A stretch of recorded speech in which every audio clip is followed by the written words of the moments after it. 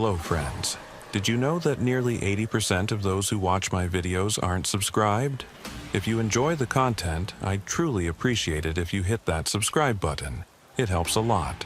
Also, don't forget to leave a like and share your thoughts in the comments. Your interaction not only supports the channel's growth, but also helps these stories reach more people. Thank you all for being here. By the way, where are you watching from? Let me know in the comments.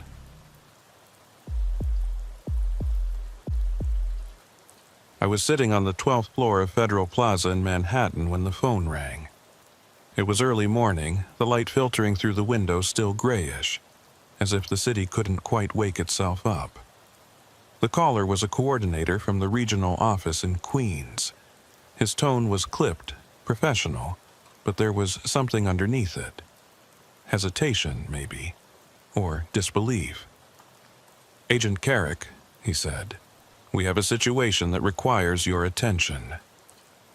I'd been with the Bureau for 11 years, long enough to know that when a coordinator calls you directly instead of sending an email, it's never routine. I grabbed my jacket from the back of my chair and asked him what we were dealing with. "A witness," he said, "from the Castellano case." The name hit me like cold water. The Castellano case had been closed for 7 years. Vincent Castellano, a mid-level money launderer for the Genovese family, had been found dead in his Astoria apartment in 2018. A single gunshot to the back of the head, execution style. We'd had one witness, a man named Adrian Kelch, who'd been coming out of the building's service entrance when he saw 2 men leaving Castellano's unit. Kelch had given us descriptions, worked with a sketch artist, even agreed to testify. Then 3 months before trial, Adrian Kelch drove his car into the East River off the Queensboro Bridge. His body was never recovered, but the dive team found the vehicle. The doors were locked from the inside. No signs of foul play. The case collapsed without him, and Castellano's killers walked. "What about the witness?" I asked. There was a pause on the line. "He walked into the 114th precinct an hour ago. Says his name is Adrian Kelch. Says he wants to finish his testimony." I was in Queens 40 minutes later. The precinct house on Astoria Boulevard was one of those old brick buildings that smelled like decades of coffee and paperwork. A sergeant met me at the desk and led me back through a warren of cubicles to an interview room. He didn't say much, but I could see it in his face. Whatever was behind that door had rattled him. The room was small, fluorescent lights humming overhead. Sitting at the metal table was a man I recognized from photographs. Thin face, receding hairline, wire-rimmed glasses. He wore a gray windbreaker and dark jeans, his hands folded on the table in front of him. He looked up when I entered, and I saw his eyes were clear, calm. "Mr. Kelch," I said, taking the seat across from him. "I'm Agent Miles Carrick with the FBI. "I remember you," he said quietly. His voice was exactly as I remembered it from our interviews in 2018. Soft, measured. "You were the one who took my statement." I opened my notebook, keeping my expression neutral. "Mr. Kelch, I need to ask you some questions. Where have you been for the last 7 years?" He looked down at his hands. "I don't know how to explain it. Try. I've been here," he said. "In the city. I know you think I'm dead. I know about the bridge, the car. But I've been here the whole time." I studied his face. He didn't look 7 years older. If anything, he looked younger than he had in 2018. His skin was smooth, unlined. No gray in what remained of his hair. The photographs we'd used during the original investigation showed a man pushing 40, worn down by shift work and stress. The man sitting across from me could have been in his early 30s. "Mr. Kelch, we recovered your vehicle from the East River. Your wallet, your identification, everything was inside. We have evidence that places you at the scene of your own death." "I know," he said. and there was something in his voice, not quite sadness, something else. I can't explain that, but I'm here now, and I want to finish what I started. Those men I saw, the ones who killed Mr. Castellano, I can identify them. I can testify. I made him go through the whole story again. The night he'd seen the two men leaving Castellano's apartment, the descriptions he'd given, the threats he'd received afterward, the fear that had made him agree to protective custody. He remembered every detail, recited them with the same precision he'd shown 7 years ago. It should have been reassuring. Instead, it made something in my chest tighten. When we finished, I excused myself and stepped into the hallway. I called our field office and requested a forensic specialist. If this man really was Adrian Kelch, we'd need to verify it. Fingerprints, dental records, anything that could prove identity beyond doubt. Dorian Glade arrived 90 minutes later.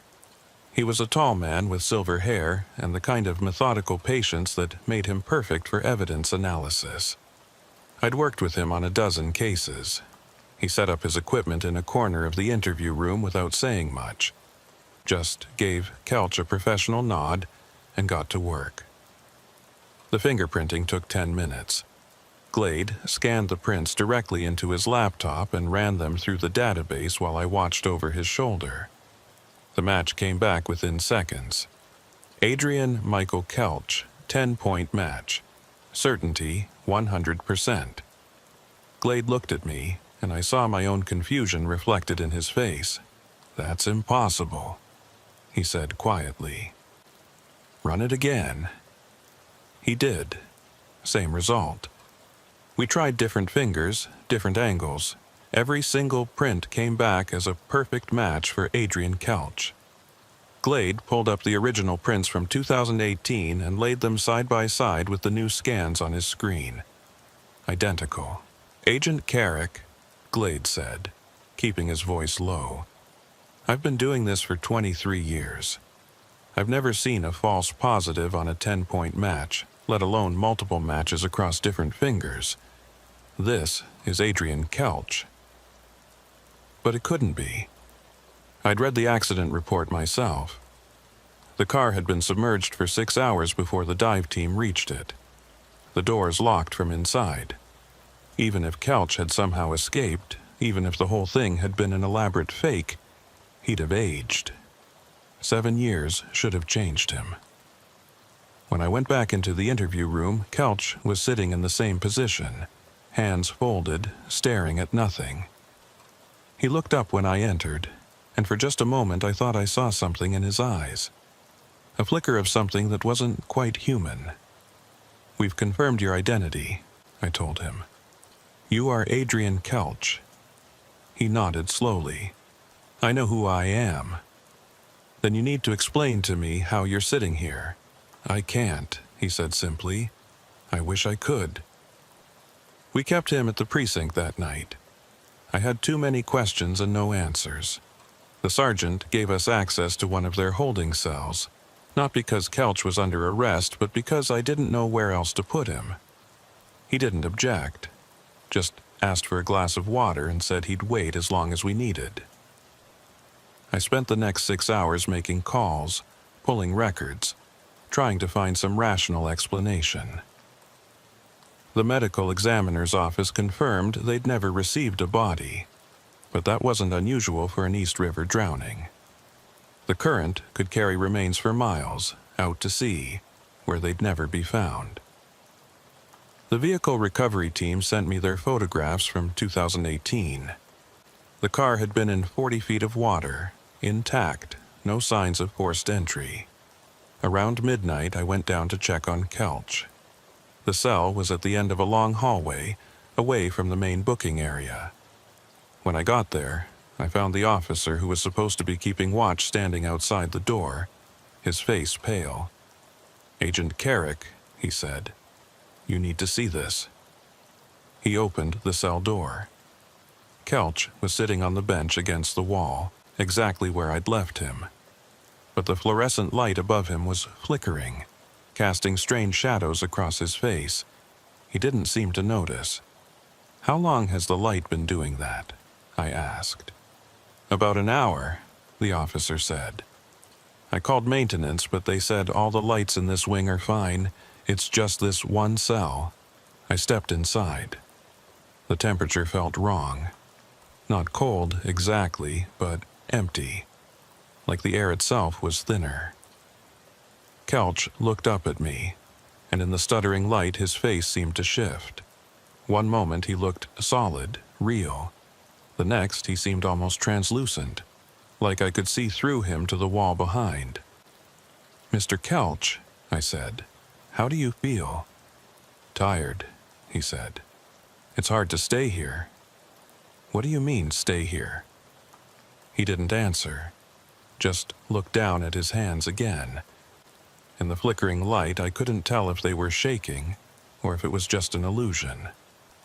I left him there and went back upstairs. Dorian Glade was still in the interview room, reviewing the fingerprint data on his laptop. He looked exhausted. "Find anything?" I asked. He shook his head. "The prints are real, Miles. I've checked them against every database we have access to. This is Adrian Kelch, but there's something else." He turned his laptop toward me. On the screen were 2 photographs of fingerprints side by side. "This is the print we took in 2018, he said, pointing to the left image. "And this is from tonight. They looked identical to me. What am I missing?" "The aging," Glade said. "Fingerprints change over time. Not the pattern itself, but the ridge detail, the depth, the clarity. These prints are identical, Miles, not similar. Identical. Down to the microscopic level. It's like no time has passed at all." "That's not possible." "I know." He closed the laptop. "But that's what the evidence shows." I thanked him and told him to go home, get some rest. He gathered his equipment and left, but I could see the unease in his posture. This case was getting under his skin the same way it was getting under mine. I found a desk in an empty office and started going through the original case files again. The witness statements, the crime scene photos, the surveillance footage from the building. Everything pointed to a straightforward mob hit. Vincent Castellano had been skimming money, and his associates had eliminated the problem. Adrian Kelch had been an accidental witness, wrong place at the wrong time. At 3 a.m, I found something I'd missed before. A security camera recording from the night Kelch's car went into the river. The footage was grainy, taken from a camera mounted on the bridge itself. It showed Kelch's Honda Civic approaching from the Manhattan side, slowing near the center span, then suddenly accelerating toward the railing.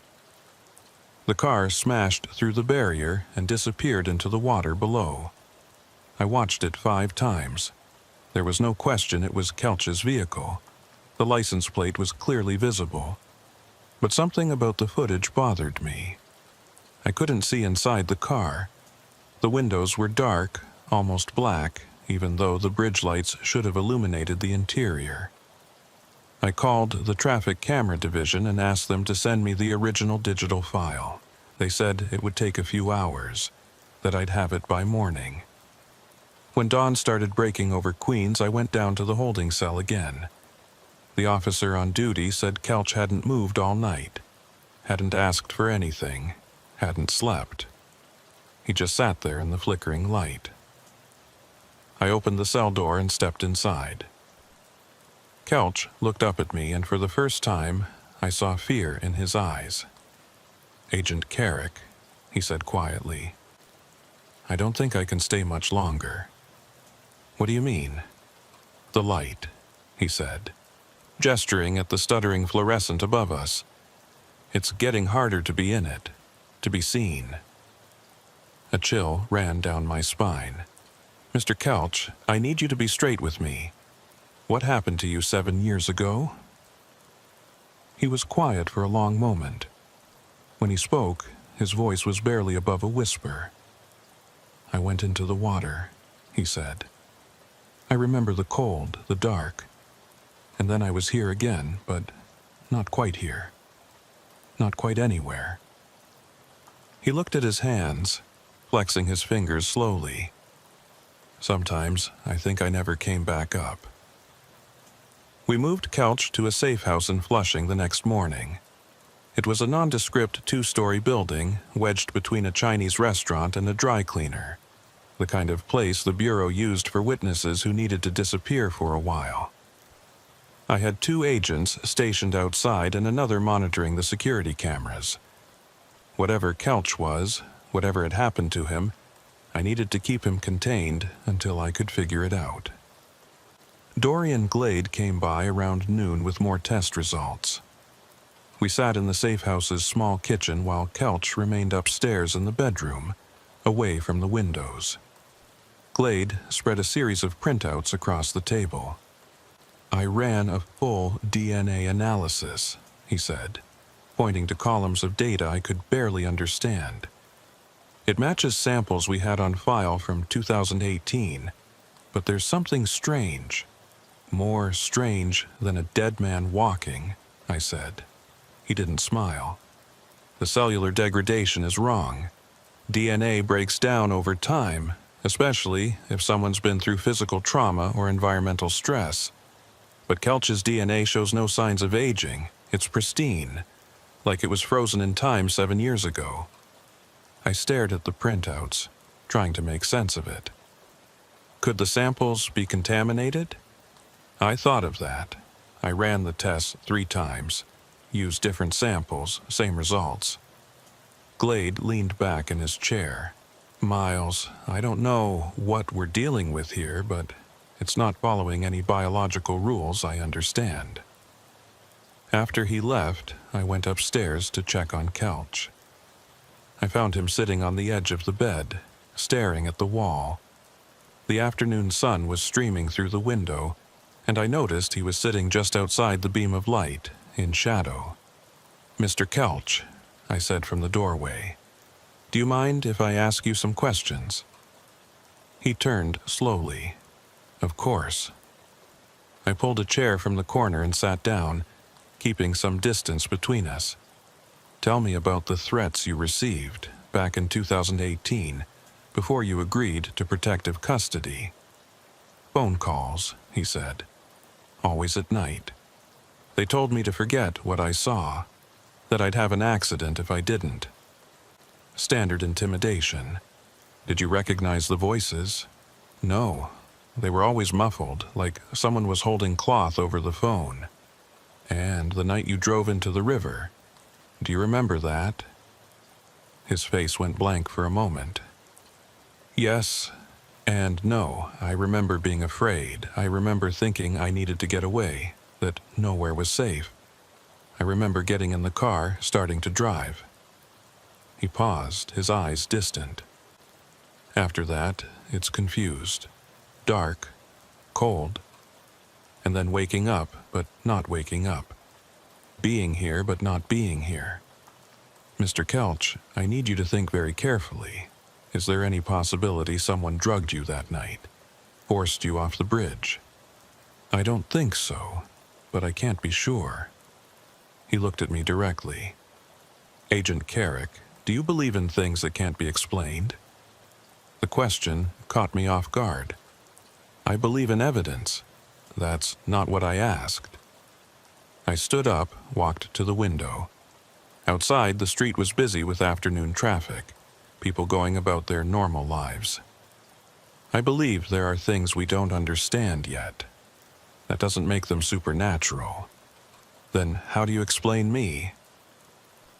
I didn't have an answer for that. That evening, I received the digital file from the traffic camera division. I loaded it onto my laptop and watched the bridge footage again, this time with better resolution. The Honda Civic approached from Manhattan, slowed near the center span, then suddenly veered toward the railing. But something was different in this version. As the car broke through the barrier just for a single frame, I could see through the windshield. The driver's seat was empty. I paused the footage, rewound it, watched it again, frame by frame. The The car accelerated. The driver's seat was occupied. The car hit the railing. The driver's seat was empty. The car disappeared into the water. I sat back, my heart pounding. It had to be a glitch in the footage, a blur from the speed of the impact. But I'd seen enough surveillance video in my career to know what a glitch looked like. This wasn't that. I called Dorian Glade. He was at home, but he answered on the second ring. "Dorian, I need you to analyze some footage. Can you come back to the safe house?" "Oh? Oh." He arrived 30 minutes later. I showed him the bridge video, pointed out the frame that bothered me. He loaded it into his analysis software and started breaking it down, examining each frame in sequence. After 20 minutes, he looked up at me. "Miles, there's no evidence of tampering. This is the original footage, no edits, no manipulation. Then what am I seeing? What we're both seeing." He ran the sequence again, this time in extreme slow motion. The driver is there, and then he's not. Between these two frames, he vanishes. That's physically impossible. Everything about this case is physically impossible. Glade closed his laptop. "I think we need to consider the possibility that whatever we have upstairs isn't entirely Adrian Kelch, or isn't only Adrian Kelch." "What are you saying?" "I'm saying the evidence doesn't support a living human being. The lack of aging, the DNA preservation, this footage. It's like we're dealing with a recording, an echo. I wanted to dismiss it, to find some rational explanation that made sense. But every piece of evidence pointed to the same impossible conclusion. Adrian Kelch had died 7 years ago, and what came back wasn't quite alive." Late that night, I was sitting in the safe house's living room going through case files when I heard something from upstairs. A voice, low and rhythmic. I grabbed my service weapon and climbed the stairs slowly. The sound was coming from Kelch's room. The door was ajar. I pushed it open carefully and saw Kelch sitting on the floor in the corner, his back against the wall. He was speaking, but not in English. The words were unfamiliar, almost mechanical. The same phrase, over and over. "Mr. Kelch?"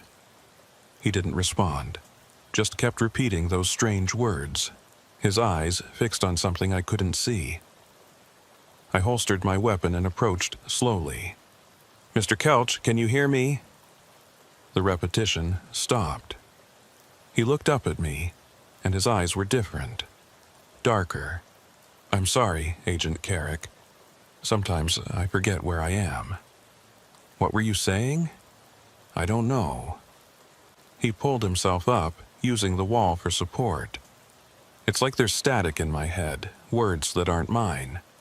I helped him back to the bed. His skin was cold to the touch, like he'd been standing outside in winter. "You need to tell me the truth. All of it. What really happened 7 years ago?"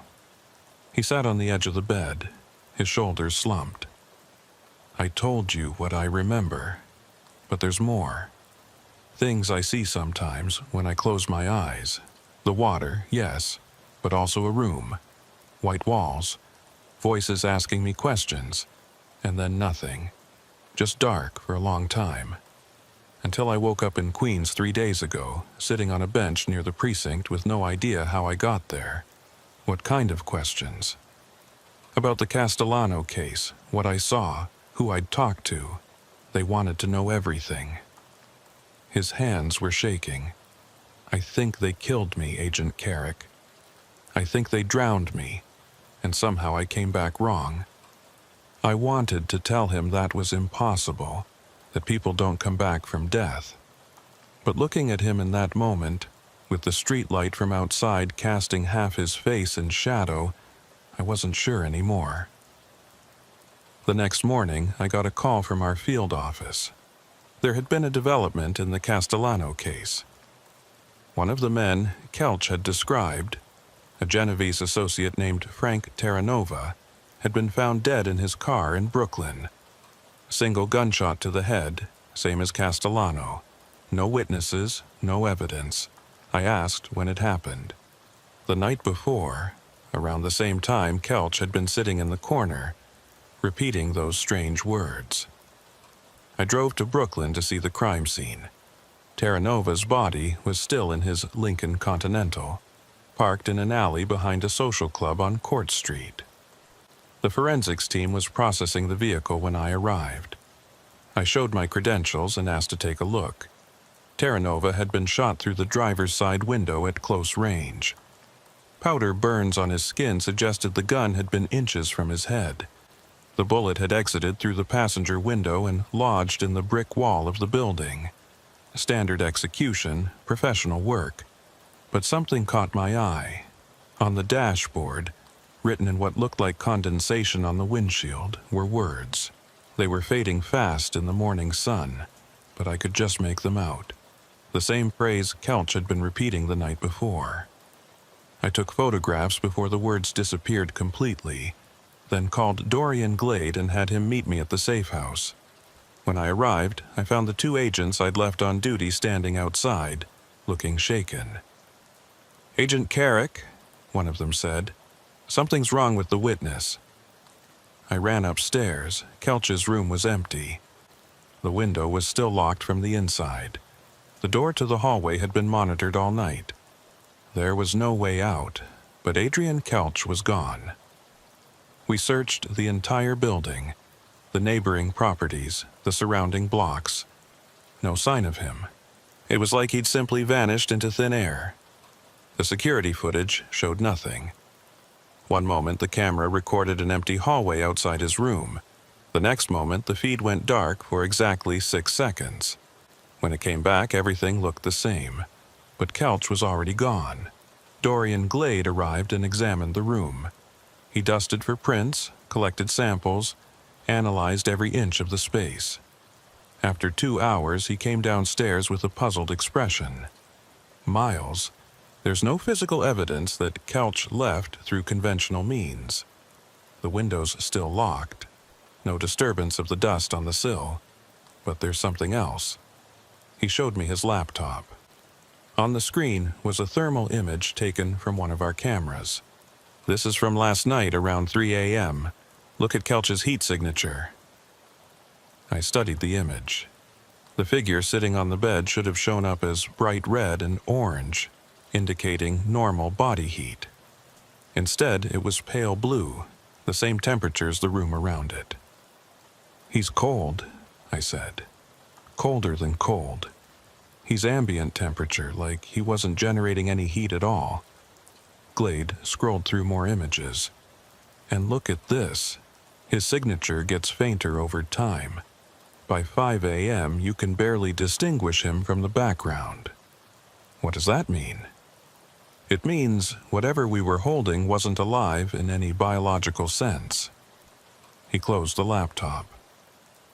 "I think he was fading, Miles. Disappearing. And last night, he finally ran out of whatever energy was keeping him visible." I went back upstairs and stood in the empty room.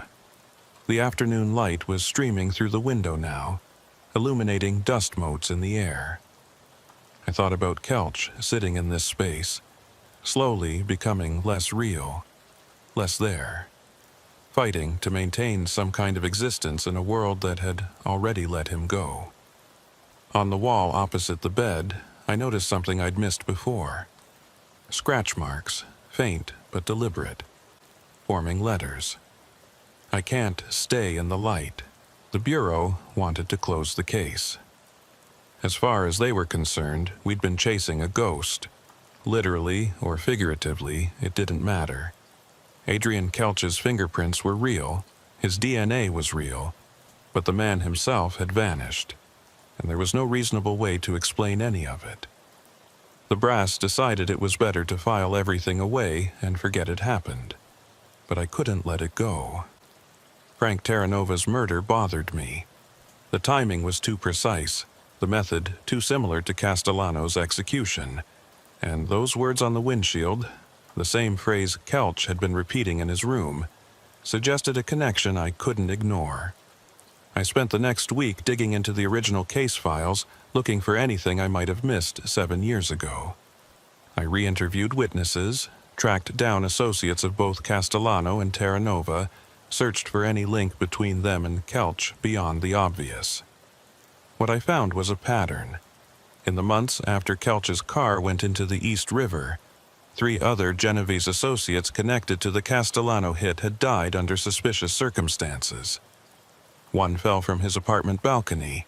Another overdosed on heroin despite having no history of drug use.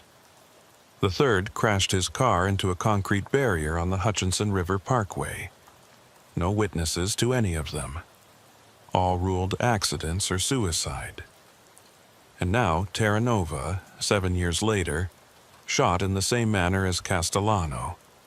I called the lead detective on each case, asked if there had been anything unusual about the investigations. Most of them gave me nothing. Standard deaths, standard procedures, but the detective who'd worked the Parkway crash mentioned something that made my skin crawl. There was something weird about the scene, he said. The car was totaled, wrapped around the barrier.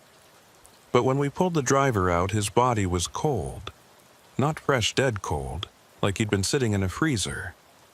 Medical examiner said it was just the temperature that night, but I don't know. It felt wrong.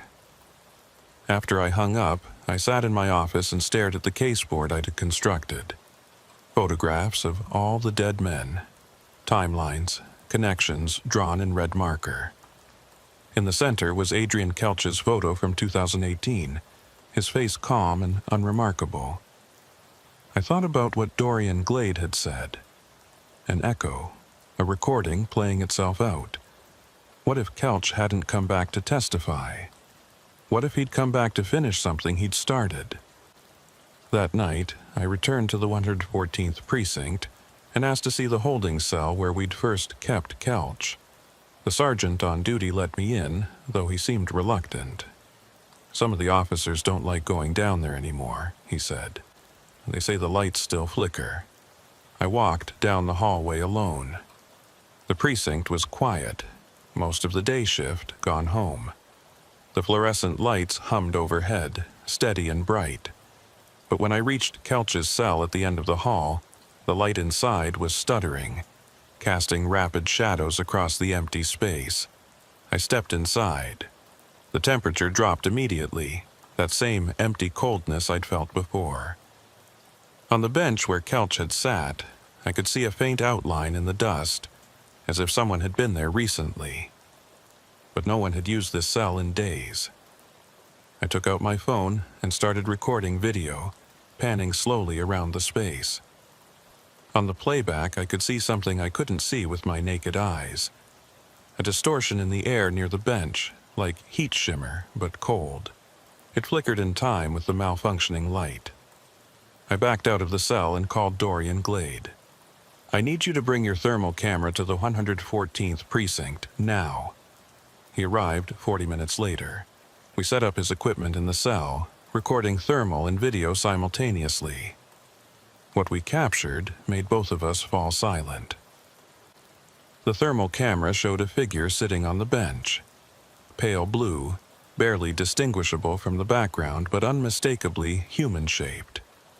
It didn't move, didn't react to our presence, just sat there in the flickering light. "Is that him?" Glade whispered. "I think it's a residue," I said.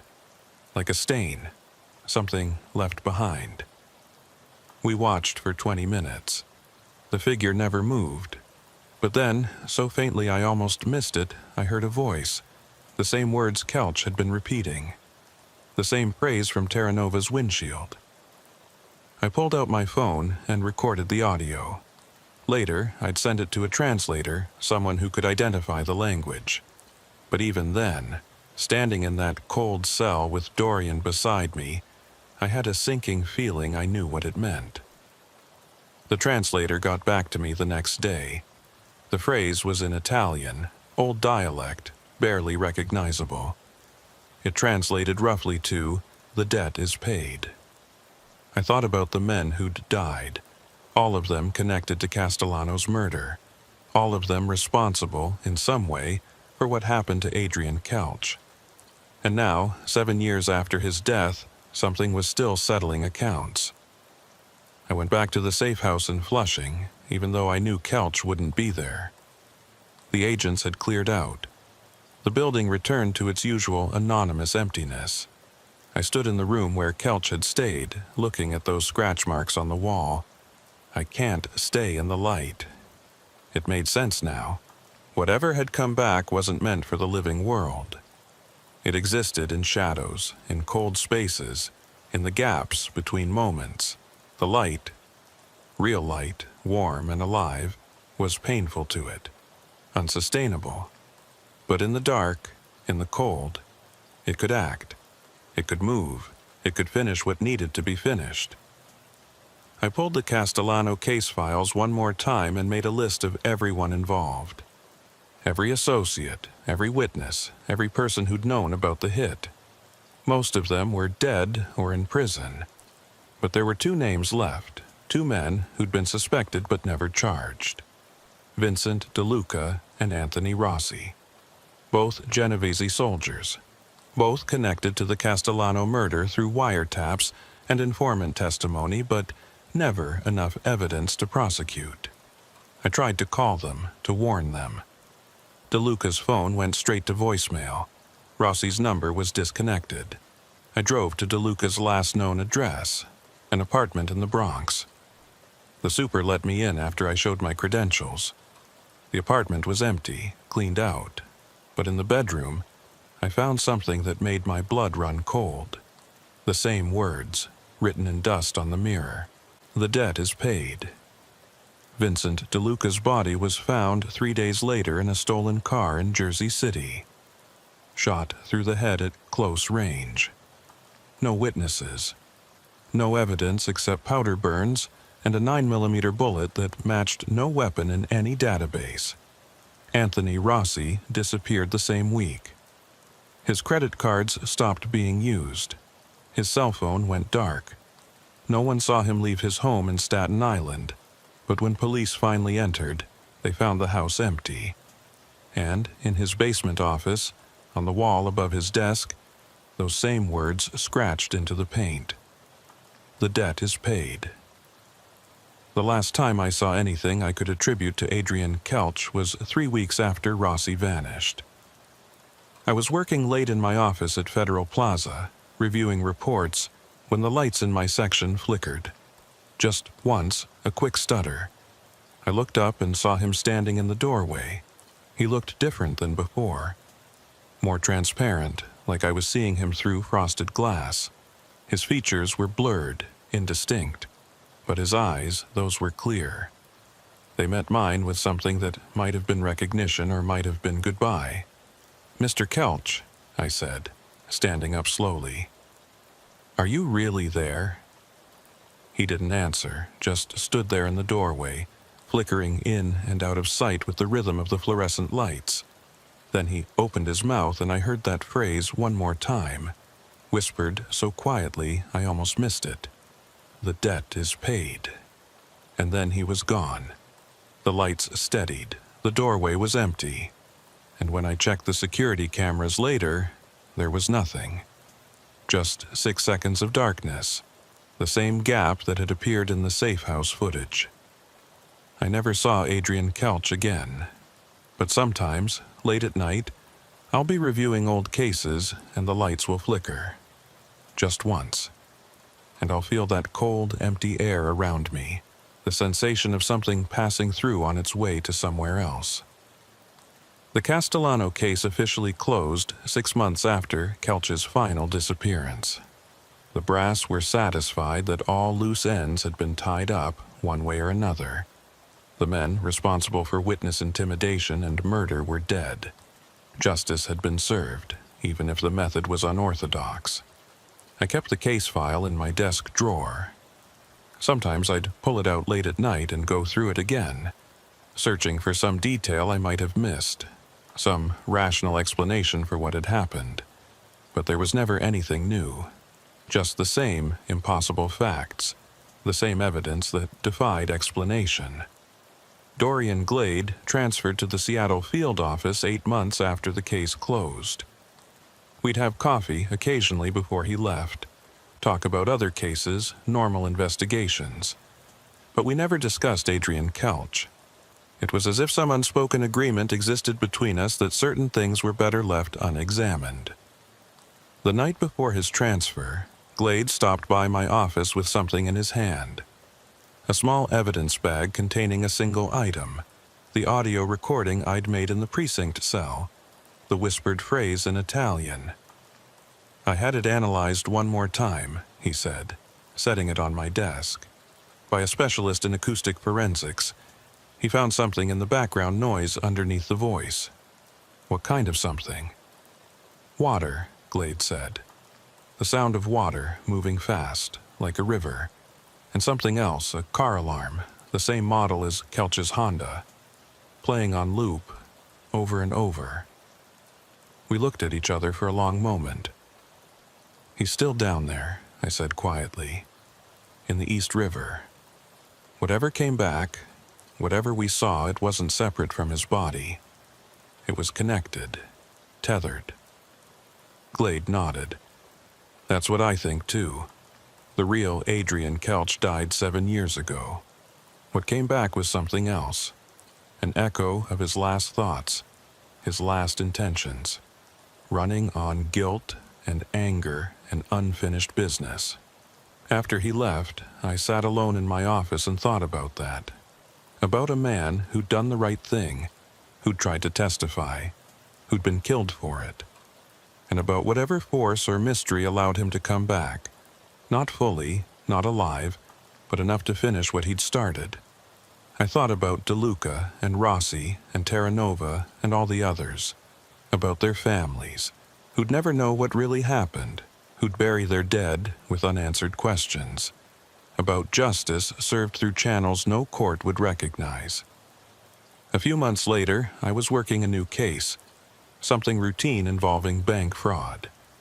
I needed to review some old surveillance footage from a building in Queens, and I found myself near the 114th precinct. On impulse, I stopped in, asked to see that holding cell one more time. The sergeant remembered me. "The cell with the bad light? Yeah, it's still there. We don't use it anymore.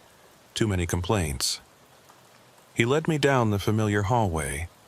The fluorescent above the cell was still flickering, that same irregular pattern. I stepped inside and immediately felt that cold, empty air. But something was different. The cold wasn't as intense. The flickering seemed slower, less urgent. I pulled out my phone and recorded thermal video like I'd done before.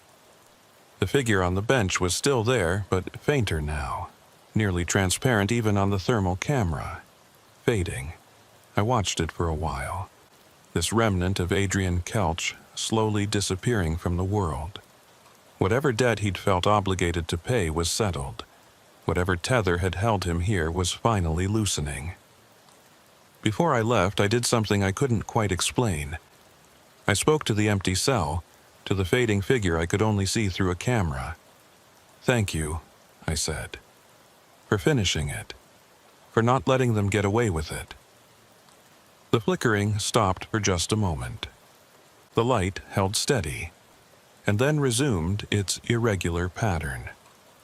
I never went back to that cell again, but I heard from other officers that eventually, about a year later, the light stopped flickering. It just worked normally one day, like it had never been broken. Some said maintenance finally fixed it, but I knew better. Adrian Kelch was finally truly gone. I still keep the case file in my desk, not as an active investigation, but as a reminder that sometimes justice takes forms we don't understand, that sometimes the answers we seek are beyond the reach of evidence and procedure. And sometimes, when I'm working late and the office is empty, the lights will flicker, just once. And I'll look up expecting to see him standing there in the doorway, that blurred figure from beyond death. But there's never anything there. Just shadows and fluorescent hum and the ordinary darkness of a New York night. Still, I find myself listening, waiting for that whispered phrase in Italian, the sound of old debts being settled in ways no living person could manage. Because I learned something from the Kelch case, something that stayed with me through all the years since. Some things refuse to stay buried. Some wrongs demand correction, even from beyond the grave. And sometimes the line between justice and vengeance becomes so thin that it disappears entirely, leaving only the cold certainty that accounts must be balanced. The last entry in the Castellano case file is a single sentence I added myself, written in the margin of the final report. Witness deceased, testimony complete. It's the only true thing I can say about what happened. Adrian Kelch died in 2018 when his car went into the East River. But his testimony continued for 7 more years, delivered not in a courtroom but in darkened alleys and empty cars, spoken not in English but in the universal language of final judgment. I've never told anyone the full story. This report exists only in my personal files, not in any official bureau database. Because how do you explain to a supervisor that you spent months tracking a ghost? That you collected evidence of the impossible? That you watched justice be served by something that shouldn't exist? You don't. You file it away, mark it closed, and move on to cases that make sense.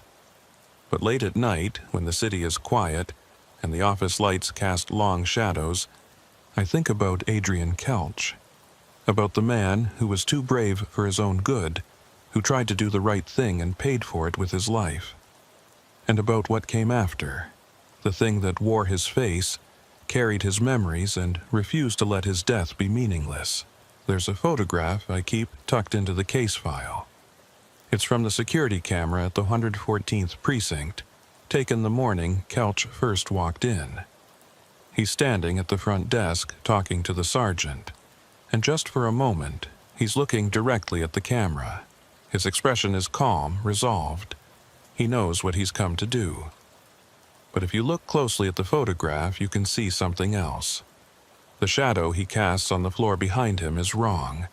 It's too long, too dark, stretching back toward the exit, like it's trying to pull him away. Like even then, some part of him knew he didn't belong in the light anymore. I look at that photograph sometimes and wonder, did Adrian Kelch really come back? Or did something else, something that existed in the cold and the dark, use his form to accomplish what he couldn't finish in life? Was it justice or something more ancient, more primal, revenge dressed up in the clothes of a dead man? I don't have answers. The evidence is contradictory, impossible, defying every rule of logic and science. Adrian Kelch is dead. Adrian Kelch came back. Both statements are true. Both statements are verified by fingerprints, DNA, surveillance footage, and witness testimony. The paradox is perfect, unsolvable. And maybe that's the point. Maybe some mysteries aren't meant to be understood, only witnessed. Maybe the universe has rules we don't know yet, allowances made for debts so profound that not even death can prevent their collection. All I know for certain is this. On a cold morning in Queens, a dead man walked into a police station and asked to finish his testimony. And before he faded back into whatever darkness had carried him, he made sure every person responsible for his death paid the same price he did. The debt is paid. Those words still echo in my head sometimes, whispered in that strange hollow voice. I'll be falling asleep and I'll hear them, faint as breath on a cold window. And I'll wonder if Adrian Kelch is truly gone, or if some thin residue of him still exists, caught in the space between the living world and whatever comes after. Last week, I got a call from the dive team that works the East River. They'd been doing routine training exercises near the Queensboro Bridge when they found something. A Honda Civic, submerged in 45 feet of water, covered in silt and river growth. The license plate matched Adrian Kelch's vehicle from 2018. But here's the thing. We'd already recovered that car 7 years ago. I'd seen the photographs, read the reports. That Honda had been pulled from the water, processed, and eventually scrapped. Yet here was another one, in almost the exact same location, buried in sediment that suggested it had been there for at least a decade. The dive team asked if I wanted them to bring it up. I told them no. Some things are better left where they are, in the cold and the dark, where they belong. Because I've learned that the East River keeps its secrets, and some of those secrets come back when they choose to, not when we call them. Adrian Kelch is in that car, and he's not. He's in that flickering cell at the 114th precinct, and he's not. He's standing in doorways throughout the city, a cold presence felt but never quite seen, settling accounts that were 7 years overdue. Or he's nowhere at all, just a story I tell myself to make sense of things that have no sense. Just a case file that should have been closed but never quite can be. I don't know anymore. And after everything I've seen, everything I've documented and witnessed and tried to understand, I've made peace with not knowing. Some debts transcend death. Some testimony gets delivered regardless of whether the witness is alive to give it. And sometimes, late at night in a Manhattan office building, the lights flicker and a cold wind passes through, and you realize that the boundary between here and gone is thinner than you ever wanted to believe. Adrian Kelch came back to finish what he started. And when his work was done, he returned to the cold water that had claimed him, leaving behind only questions and flickering lights and the unsettling certainty that justice, when denied, finds its own way forward. The debt is paid. The testimony is complete. The case is closed. But I still keep that evidence bag in my desk drawer, the audio recording with the whispered Italian and the sound of water underneath. And sometimes, when the office is empty and the city sleeps, I'll play it back and listen to that hollow voice speaking words of finality from beyond the grave.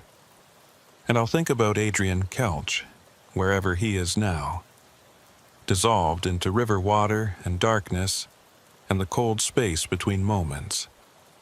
Still watching, still waiting, still ensuring that those who escape justice in life don't escape it forever. Because that's what I learned from this case. That's what keeps me awake some nights, staring at the ceiling, listening to the building settle around me. Death is not always the end. Sometimes it's just a different beginning, a different kind of testimony, a different way of making sure the truth gets told.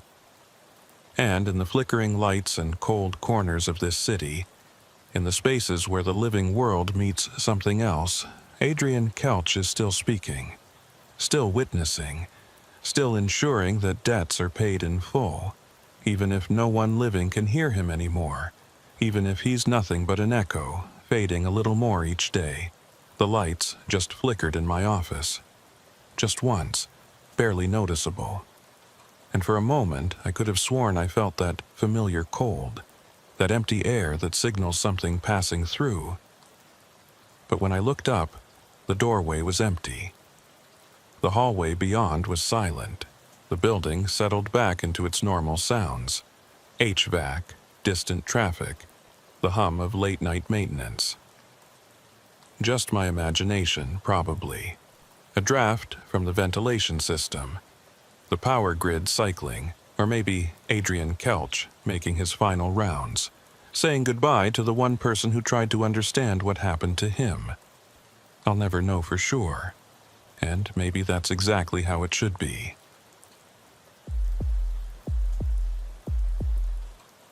The evidence locker at 26 Federal Plaza runs 24 hours a day, but nobody likes the night shift.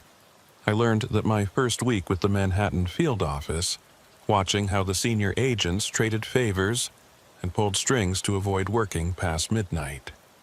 They said it was the fluorescent lights, the lack of windows, the way sound echoed off concrete walls at 3 a.m. But I knew better. I'd been in the bureau long enough to recognize superstition dressed up as preference. My name is Eleonora Finch, and I've been an FBI agent for 9 years. Before that, I spent 6 years as a forensic accountant, following money trails through shell corporations and offshore accounts. Numbers don't lie, my first supervisor used to say. They tell stories that witnesses can't or won't. But sometimes, evidence tells stories nobody wants to hear. It started on a Tuesday in November. I was working a fraud case, tracking cryptocurrency transactions for a Ponzi scheme operating out of Brighton Beach. The kind of tedious work that requires silence and concentration, which is why I volunteered for the overnight shift in the evidence room. Less distraction, fewer interruptions. I was at my desk, spreadsheets covering 2 monitors, when Carmine Bellotti appeared with a cardboard box. Carmine was the evidence clerk, a short man in his 60s with careful hands and the kind of methodical personality that made him perfect for the job. He'd been with the Bureau since '95, longer than most of the agents currently in the building. "Got something for you, Agent Finch," he said, setting the box on the corner of my desk. "Just came up from the Bronx field office. Homicide case, 3 months old." I didn't look up from my screen. "Why's it coming here?" "Victims, financials. Thought you might find something relevant." He paused. "Mind if I work in here tonight? Storage bay's temperature control is acting up again, and I need to recatalog some items before they degrade." "Sure," I said, still focused on tracking a series of wallet addresses through the blockchain. "Quiet company's fine." He settled at a desk across the room with his own box of materials, and we worked in companionable silence for the next few hours. The building's HVAC hummed overhead. Somewhere distant, a security guard's radio crackled. Normal sounds, familiar sounds. Around midnight, I finally looked at the box Carmine had brought. The case file was clipped to the outside. Homicide. Victim identified as Marcus Treadwell, 34. Found in his Fordham apartment on August 15th. Shot twice in the chest. Estimated time of death between 11:30 p.m. and midnight. No forced entry. No witnesses. No suspects. I opened the box and started cataloging the contents. Wallet, cell phone, laptop, various personal effects. Standard evidence collection. Then, at the bottom, wrapped in a plastic evidence bag, I found a wristwatch. It was an old Timex, the kind with a brown leather band and a simple analog face. The crystal was cracked, and the leather was worn smooth from years of use. According to the evidence tag, it had been found on the victim's nightstand, stopped at 11:47 p.m. I picked up the bag to examine it more closely, and that's when I felt it. A vibration, faint but distinct, like the watch was running inside the sealed plastic. I held it up to the light. The second hand was moving. "Carmine," I said, keeping my voice level, "did anyone wind this watch before it was logged?" He looked up from his work. "What watch?" I showed him the evidence bag. Through the plastic, we could both see the second hand sweeping smoothly around the face, marking off time that shouldn't exist. Carmine stood and walked over, his expression troubled. "That's not possible. I processed that evidence myself when it came in from the Bronx. The watch was stopped. I noted it specifically. 11:47 p.m., same time as the estimated death." We both watched the second hand complete another circuit. Then another. The movement was smooth, mechanical, normal. Except the watch should have needed winding, should have been as dead as the man who'd worn it. "Maybe the movement got jarred when I picked it up," I said, more to convince myself than Carmine. "Old watches can be temperamental." "Sure," Carmine said, but he was still staring at it. "That must be it." He went back to his desk, and I set the evidence bag aside, returning to my cryptocurrency trails. But I couldn't stop glancing at it. The watch kept running, the second hand maintaining its steady pace, tick, tick, tick, through the silence of the evidence room. At 12:15 a.m., I picked up the evidence bag again and looked at the watch face. It now read 12:02 a.m., not the current time. The watch was running fast, or I was running slow. I checked my phone. 12:15 a.m. Exactly. The watch was wrong, but it was running. I made a note in my case log, photographed the watch through the plastic, and returned to my financial analysis. Just a quirk of an old timepiece, nothing more. Evidence rooms were full of strange items, objects that had witnessed violence or betrayal or death. Sometimes they carried a weight that felt heavier than their physical mass. Psychological projection, nothing more. But when I looked up 20 minutes later, the watch had stopped again. The second hand was frozen at 11:47 p.m. I stared at it for a long moment, then checked my phone. 12:35 a.m. I'd been watching the watch run just minutes ago. There was no way the spring had wound down that quickly, no mechanical explanation for it stopping at the exact same time it had stopped before. "Carmine," I said quietly, "what time did Marcus Treadwell die?" He pulled up the case file on his computer. Me estimated between 11:30 and midnight. Why? The watch stopped at 11:47. Right. That's noted in the evidence report.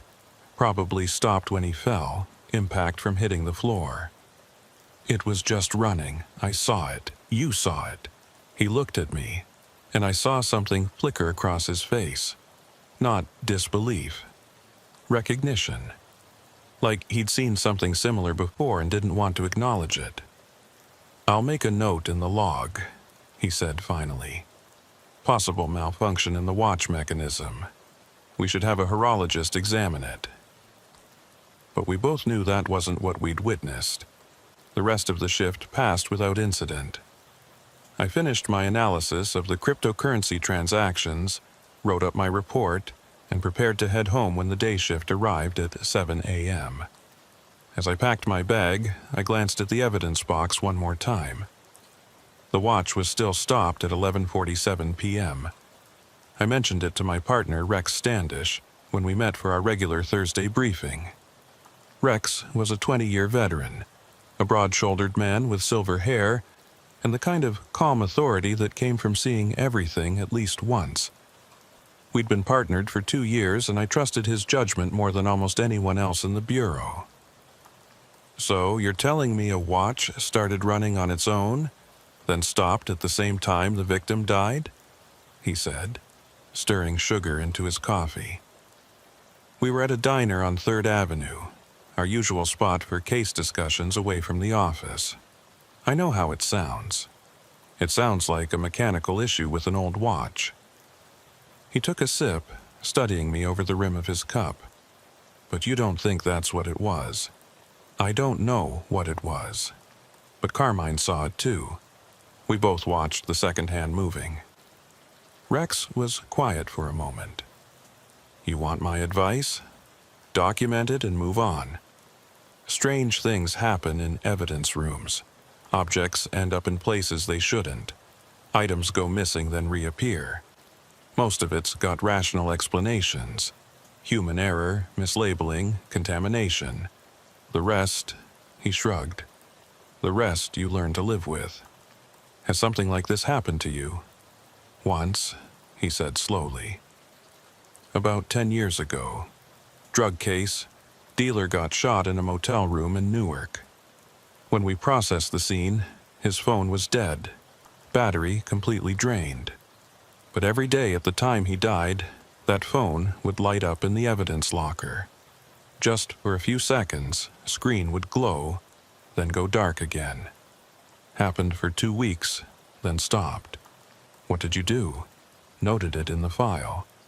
Had the tech guys examine it. They found nothing wrong with the hardware. Eventually wrote it off as a malfunction." He met my eyes. "But I was there when it happened, Eleonora. I saw that screen light up with no power source, no logical reason, and I learned that sometimes evidence doesn't want to stay quiet. I thought about that conversation all day. That night, I returned to the evidence room for another overnight shift. Carmine wasn't there. He'd swapped shifts with someone, according to the schedule. I had the room to myself, just me and several thousand pieces of evidence from cases active and cold. I tried to focus on my work, but I kept thinking about the watch. Around 10 p.m., I pulled the Marcus Treadwell evidence box from the shelf and set it on my desk. The watch was still in its evidence bag, still stopped at 11:47 p.m. I photographed it again, documenting the current state for my records. Then I set up my phone to record video, pointing the camera at the watch. If it started running again, I wanted proof, something more than my word and Carmine's. The minutes crawled by. 10:30, 11 o'clock, 11:30. At 11:45 p.m., the second hand began to move. I watched, barely breathing, as the hand swept smoothly around the face. Tick, tick, tick.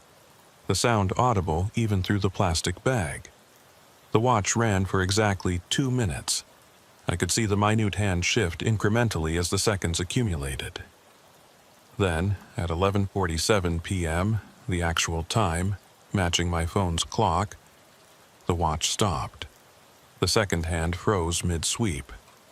The mechanism went silent. The watch was dead again. Stopped at the exact moment Marcus Treadwell had been shot 3 months earlier. I played back the video on my phone. The footage was clear, undeniable. The watch had started at 11:45 and stopped at 11:47, running for exactly 2 minutes before dying at the moment of the murder. My hands were shaking as I saved the file and backed it up to 3 different locations. This was evidence of something, though I didn't know what. A malfunction, maybe. Some peculiarity in the watch's mechanism that caused it to briefly function at a specific time each night. Except it was the exact time of death, and it ran for exactly 2 minutes, then stopped precisely when the victim had died. I sat there in the silent evidence room, surrounded by the accumulated debris of violence and crime, and realized that Rex was right. Sometimes evidence doesn't want to stay quiet. Sometimes it keeps talking long after the case is closed, telling stories in ways that shouldn't be possible. The question was, what story was Marcus Treadwell's watch trying to tell? I spent the next week obsessing over the Marcus Treadwell case. During the day, I worked my assigned cases, the cryptocurrency fraud, a wire transfer scheme, a money laundering operation in Chinatown. But at night, alone in the evidence room, I focused on the watch. I documented everything. Every night at 11:45 p.m., the watch would start running. Every night at 11:47 p.m., it would stop. The cycle never varied. I recorded video, took detailed notes, measured the temperature and humidity in the room. Nothing explained it. Carmine noticed my preoccupation. On Friday night, he brought me coffee and sat down at the desk across from mine. "You're still thinking about that watch," he said. It wasn't a question. "It keeps running," I told him. "Every night, same time." He nodded slowly, his weathered face troubled. "I've been working in evidence storage for 26 years. I've seen things I can't explain. Objects that move on their own. Items that appear in locations they were never logged into. Once, a recording from a crime scene started playing by itself, same section looping over and over." He paused. "The Bureau doesn't like us talking about it. Makes us sound unstable. But it happens. It happens," he confirmed. "Usually with violent cases, murders mostly. Like the objects carry something from the crime scene, something that doesn't want to be filed away and forgotten." "Do you believe that? That objects can carry, what, memory, intent?" Carmine sipped his coffee, considering. I don't know what I believe, but I know what I've seen. And I know that watch bothers me more than most things that have come through here. After he left, I pulled up the Treadwell case file again and read through it more carefully. Marcus Treadwell had been a high school math teacher in the Bronx, unmarried, no children. Neighbors described him as quiet, friendly, kept to himself. No criminal record, no known enemies. His apartment showed no signs of struggle or forced entry, suggesting he'd let his killer inside. The detective assigned to the case, a 20-year NYPD veteran named Thomas Wexler, had concluded it was likely a robbery gone wrong. Treadwell's wallet had been emptied of cash, and his laptop was missing. But nothing else had been taken. No jewelry, no electronics except the laptop. The watch had been left on his nightstand, apparently worthless to the killer. I called Detective Wexler the next morning. He remembered the case immediately. "Treadwell," he said over the phone, his voice rough from years of cigarettes. "Yeah, that one still bothers me. Clean guy, no obvious motive, no suspects. We interviewed everyone in his building. All his colleagues, his family. Nobody had a bad word to say about him. The evidence report mentions his watch was stopped at 11:47. Was that significant? Not particularly. Watches stop all the time in violent encounters. Impact, movement, whatever. The ME put time of death around that same window, so it lined up. Why? You working the case? Just reviewing some evidence. Did you ever identify any suspects? We had a few persons of interest. Treadwell's ex-boyfriend, for one. Guy named Stephen Wick. They'd broken up about 6 months before the murder. Bitter split, according to friends. Wick had an alibi, though. Said he was at a bar in Hell's Kitchen that night. We verified it with security footage, credit card receipts. He was there from 10 p.m. to 1 a.m., solid. Anyone else? A colleague at the school. Woman named Patricia Morris. She and Treadwell had a dispute about department funding. Got pretty heated, apparently. But she was home with her husband that night, confirmed. After that, we ran dry. No physical evidence, no DNA, no witnesses. Case went cold after 3 months. After I hung up, I sat at my desk thinking. A murder with no obvious suspects, no clear motive, no physical evidence beyond the victim's body and the spent bullets. Just another statistic in a city full of unsolved crimes. And a watch that kept running at the exact moment of death. That night, I was in the evidence room at 11:30, watching the clock. Rex Standish had agreed to join me, curious to see the phenomenon for himself. He sat across from me, arms folded, expression skeptical but open. "If nothing happens," he said, "you're buying breakfast. Deal." At 11:45, the second hand on Marcus Treadwell's watch began to move. Rex leaned forward, his skepticism evaporating. Jesus Christ. We watched in silence as the watch ran its 2-minute cycle. The second hand swept smoothly around the face. The mechanical movement steady and precise. At 11:47, it stopped, freezing mid-rotation. Rex reached for the evidence bag, held it up to the light. "This is sealed, right? Nobody's tampered with it?" "Sealed, since it was logged 3 months ago. I've been documenting it every night. Same pattern, same times." He set the bag down carefully like it might explode. "This is going in my report. Command needs to know about this." But when we tried to escalate it, we hit bureaucratic walls. The assistant director wasn't interested in anomalous evidence behavior.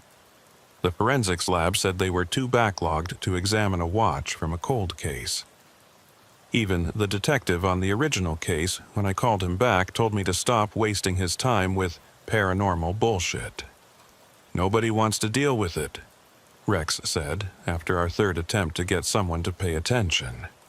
"They're hoping if they ignore it long enough, it'll go away. It's not going away. It keeps happening. Then document everything and wait. Eventually, something will break. He was right, though not in the way either of us expected. 2 weeks after I first noticed the watch running, the surveillance cameras in the evidence room started malfunctioning. The footage would be clear, normal, then suddenly cut to black for a few seconds before resuming. It always happened at the same time. 11:47 p.m. The IT department was baffled. They checked the cameras, the servers, the power supply. Everything was functioning normally, but every night, at the exact moment Marcus Treadwell had died, the cameras went dark for 6 to 8 seconds. "It's spreading," Carmine said quietly when I told him. "Whatever's happening with that watch, it's affecting other systems now." "That's not possible. Electronic interference from a mechanical watch, it makes no sense. None of this makes sense. But it's happening." I started staying later, arriving earlier, watching not just the watch but everything around it. The evidence room felt different now, colder. The fluorescent light seemed dimmer near the shelf where Treadwell's box was stored. Other agents avoided that section, though none of them could articulate why. And then, 3 weeks after I'd first seen the watch move, I noticed something new. The case file had changed, not dramatically. Nothing that would jump out at a casual reader. But I'd been through that file so many times I'd memorized every detail. And now, looking at the ME's report, I saw something different. The estimated time of death had been 11:30 p.m. to midnight. I was sure of it. I'd read it dozens of times. But the report now said 11:45 to 12 o'clock. I checked my own notes, my photographs of the original documents. In every photo, the time range was 11:30 to midnight, but the physical document in the file now read 11:45. I showed it to Rex. He pulled up the digital copy of the ME's report from the NYPD database. It matched the physical document, 11:45 to 12 o'clock. "You must have misread it," he said, but his tone was uncertain. "I didn't misread it. Look at my photographs. Look at the date stamps." We compared everything. My documentation clearly showed the original time range, but every official copy, physical and digital, now reflected the later time. "This is impossible," Rex said flatly. "Time of death estimates don't change, especially not in closed case files. But they have." That night, I set up multiple cameras focused on the case file itself, not just the watch. I documented every page, every detail, timestamping everything. Then I sat and waited. At 11:45, the watch started running. At 11:47, it stopped. And in the space between those 2 minutes, while the surveillance cameras went dark, something changed. When I checked the file afterward, another detail had shifted. The description of the entry wound had been slightly reworded, not enough to change the meaning, but enough to be noticeable if you were looking for it. And when I compared it to my earlier photographs, I could see the original language was different. The case file was rewriting itself. Slowly, subtly, details were changing, and each change seemed to pull the official record closer to the watch's timing, as if the watch was somehow pulling reality toward itself, adjusting the past to match its frozen moment. I documented everything and took it to Rex. We sat in his car outside Federal Plaza at 2 a.m., reviewing the evidence on my laptop. "This can't be happening," he said, but his voice lacked conviction. "It is happening. Every night, something changes.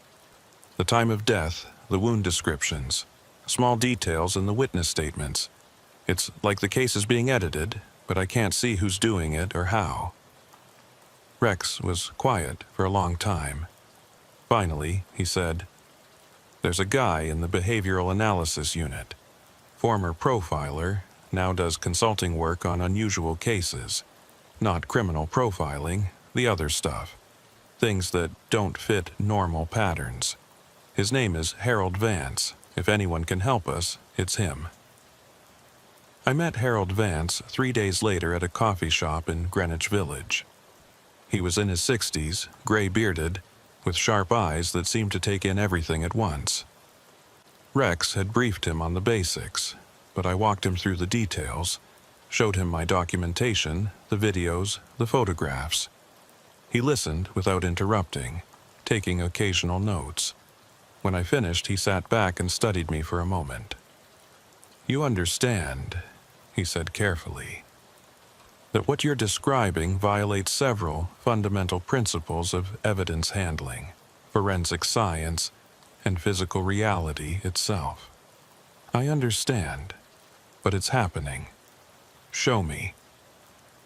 That night, Harold Vance came to the evidence room.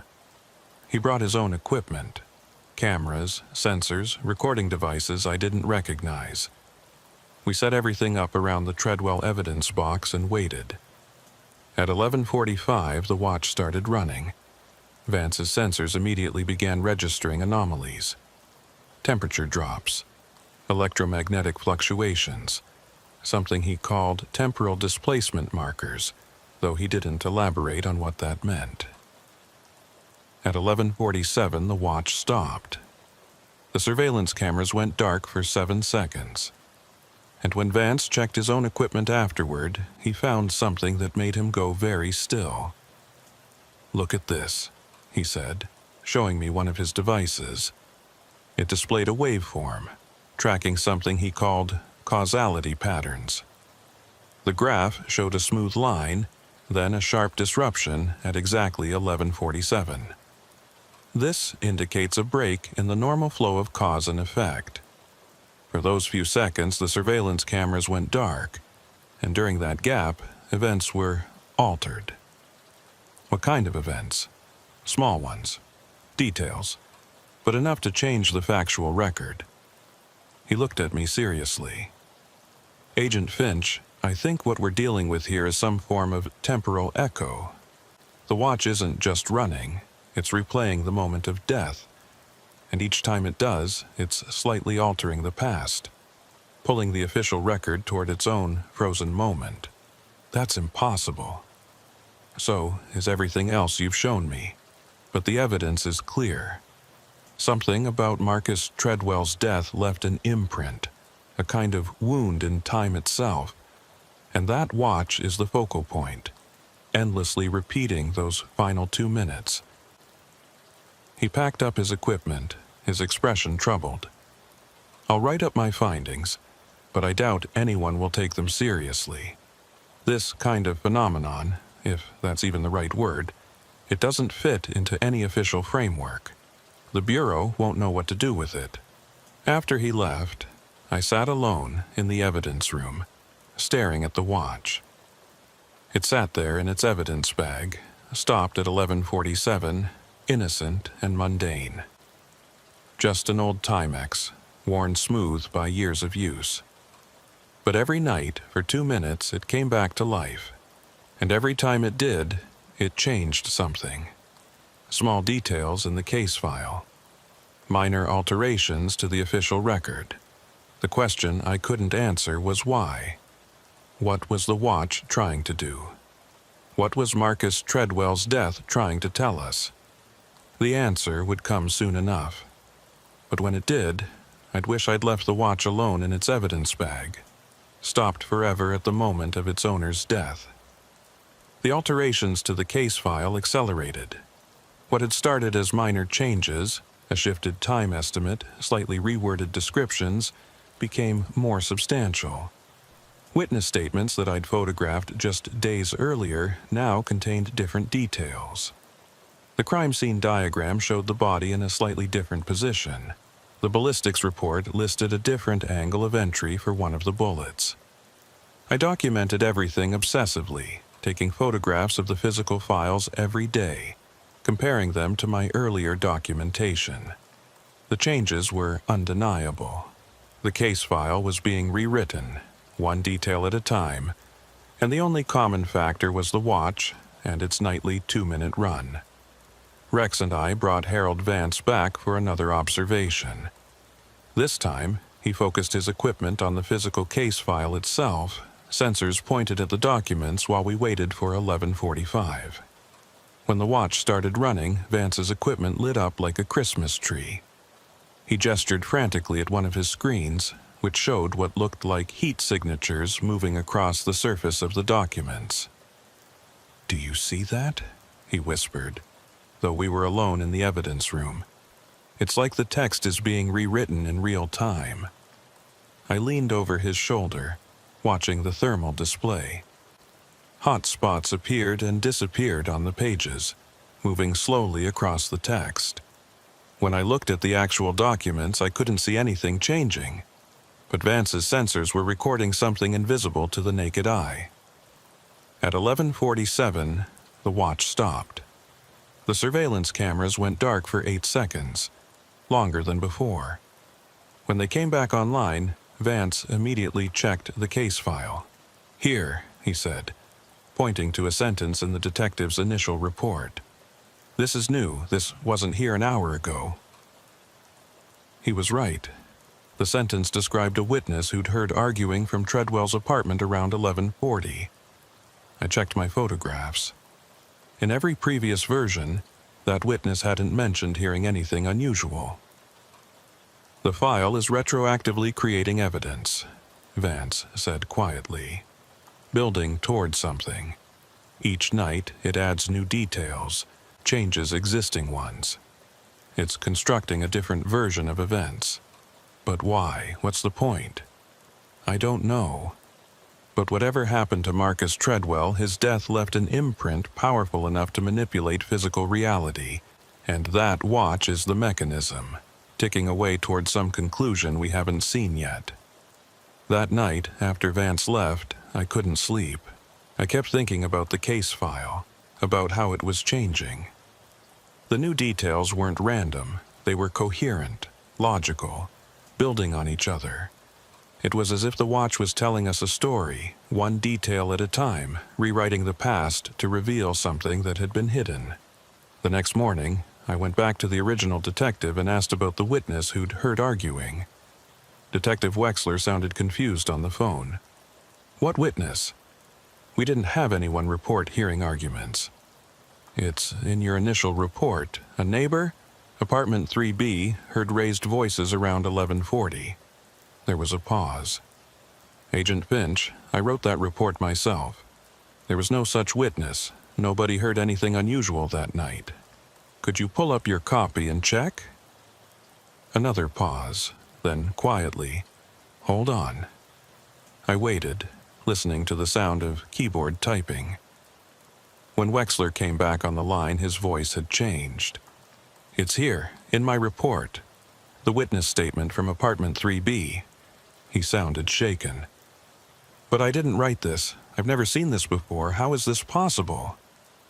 "I don't know, but I need you to check something else for me. Your original notes, handwritten. Do they mention this witness? I'll call you back." 20 minutes later, my phone rang.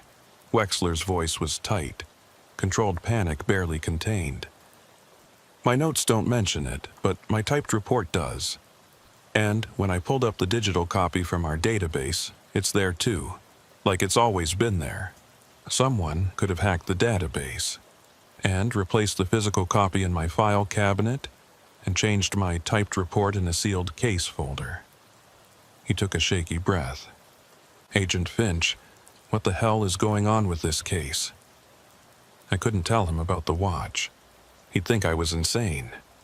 Instead, I thanked him and ended the call, my mind racing. The changes weren't just affecting our evidence room copies. They were propagating backward through time, altering documents in multiple locations, both physical and digital. Somehow, the watch wasn't just rewriting our case file. It was rewriting history itself. I called Rex and told him everything.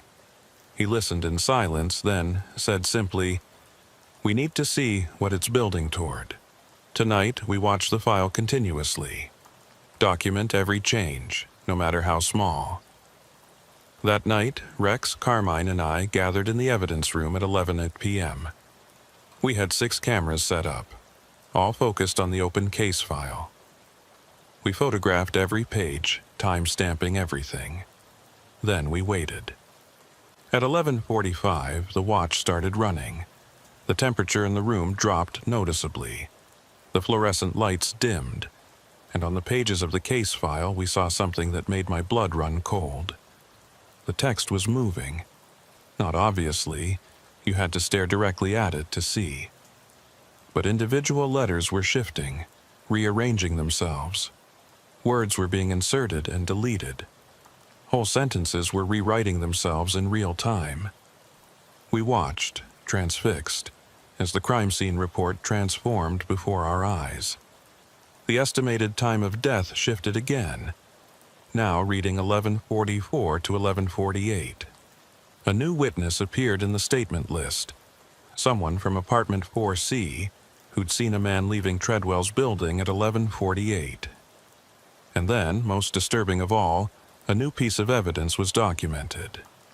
A partial fingerprint on the doorframe, missed in the original collection, now identified as belonging to Stephen Wick, Treadwell's ex-boyfriend. At 11:47, the watch stopped. The surveillance cameras went dark for 10 seconds. When they came back, the transformation was complete. The case file now contained evidence that had never existed. Evidence that pointed directly at Wick as the killer. "Jesus Christ," Rex whispered. "It's framing him. The watch is retroactively creating evidence against the ex-boyfriend." "But why?" Carmine asked. "If Wick had a solid alibi, maybe the alibi was wrong," I said slowly.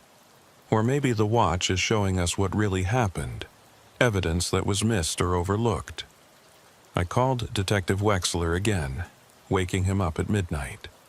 "I need you to check Stephen Wick's alibi, the bar surveillance footage, the credit card receipts. Check them again. Agent Finch, it's midnight. Please, this is important." He called me back 3 hours later. I pulled the surveillance footage from the bar, watched the whole thing again. He paused. "Wick is there, like we confirmed before, but there's something weird about it. Around 11:30, the footage glitches. Goes dark for a few seconds, then comes back. When it resumes, Wick is in a different position, wearing a different shirt." My heart was pounding. Different how? In the earlier footage, he's wearing a blue button-down.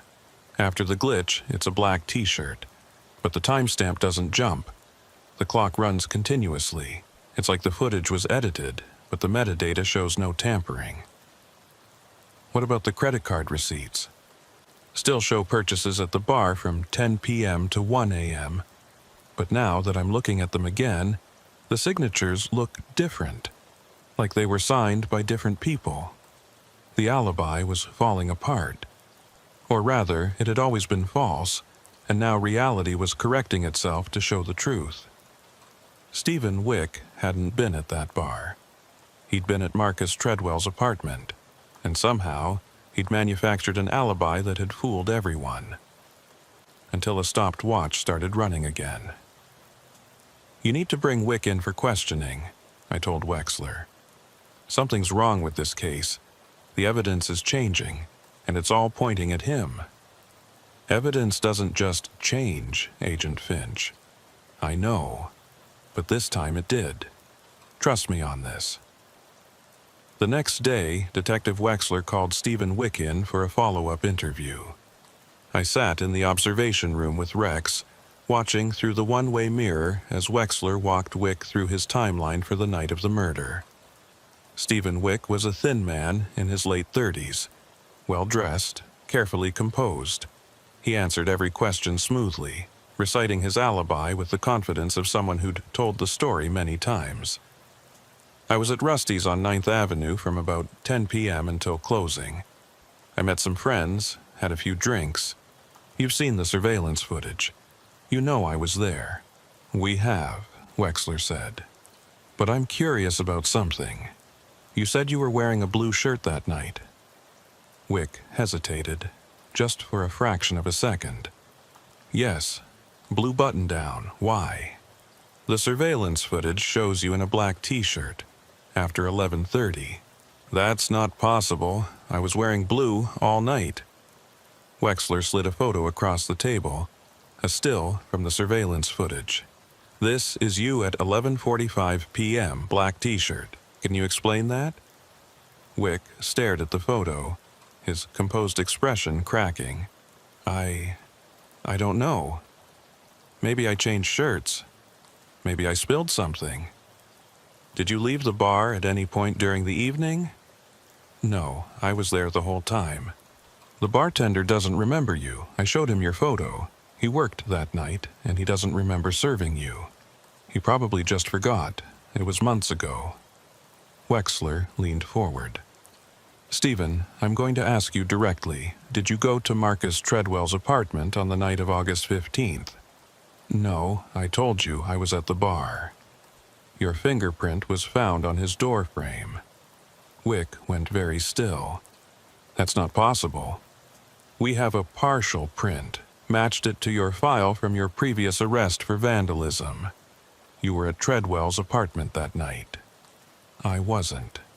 But his voice had lost its certainty. I watched from the observation room as Wick slowly unraveled. The alibi he'd constructed so carefully was falling apart, contradicted by evidence that hadn't existed 3 weeks ago, but now seemed to have always been there. The surveillance footage with its suspicious glitch.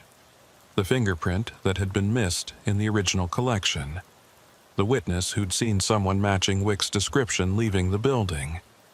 After 2 hours of questioning, Wick finally broke. "I loved him," he said quietly, tears streaming down his face. "I loved Marcus, and he threw it away. 6 years together, and he just decided it was over. Wouldn't even talk about it. Just said he'd moved on like I was nothing. So you went to his apartment that night." "I just wanted to talk. To make him understand. I wasn't going to hurt him. I needed him to listen." "What happened?" Wick's hands were shaking. "He wouldn't let me in. Stood in the doorway and told me to leave, that he'd call the cops if I didn't go. I got angry. I pushed him. He fell, hit his head on the coffee table. And then he closed his eyes. He was just lying there, bleeding. And I panicked. I ran. He was shot, Stephen, twice in the chest. No, I didn't shoot him. I pushed him. He fell. And I left. I didn't have a gun. I've never owned a gun." Wexler glanced at the mirror, toward where Rex and I were watching. Something was wrong. Wick's confession didn't match the physical evidence. Treadwell had been shot, not beaten. There was no head trauma, no evidence of a fall, but Wick believed what he was saying. The guilt, the emotion. It was all genuine. He believed he'd killed Marcus Treadwell by pushing him, which meant either he was lying or something else had happened that night. Something the watch was still trying to reveal. Stephen Wick was arrested and charged with second-degree murder. The prosecutor was confident. They had the confession, the fingerprint evidence, the suspicious alibi. It seemed like an open and shut case, but I couldn't shake the feeling that something was wrong. Wick's confession didn't match the cause of death. And the way the evidence had appeared, retroactively writing itself into the case file, suggested we were missing something crucial. That night, I returned to the evidence room alone. It was past midnight, the building nearly empty. I sat at my desk with Marcus Treadwell's case file spread out before me, comparing my early photographs to the current documents. The changes were extensive now. An entire alternate timeline had been constructed piece by piece over the past month. But looking at it carefully, I noticed something strange. The evidence pointed at Stephen Wick, but not in a way that matched his confession. The fingerprint, the witness sightings, the glitched surveillance footage, they suggested Wick had been at the scene, but nothing explained the gunshot wounds. At 11:45, the watch started running. I sat very still, watching it through the evidence bag. The second hand swept around the face, tick, tick, tick, counting down the final 2 minutes of Marcus Treadwell's life. But this time something different happened. At 11:46, a new piece of paper appeared in the case file. I don't mean it materialized out of thin air. Nothing that dramatic. But when I looked down at the document spread across my desk, there was a page I hadn't seen before. A ballistics report, freshly printed, the ink still smelling sharp and chemical.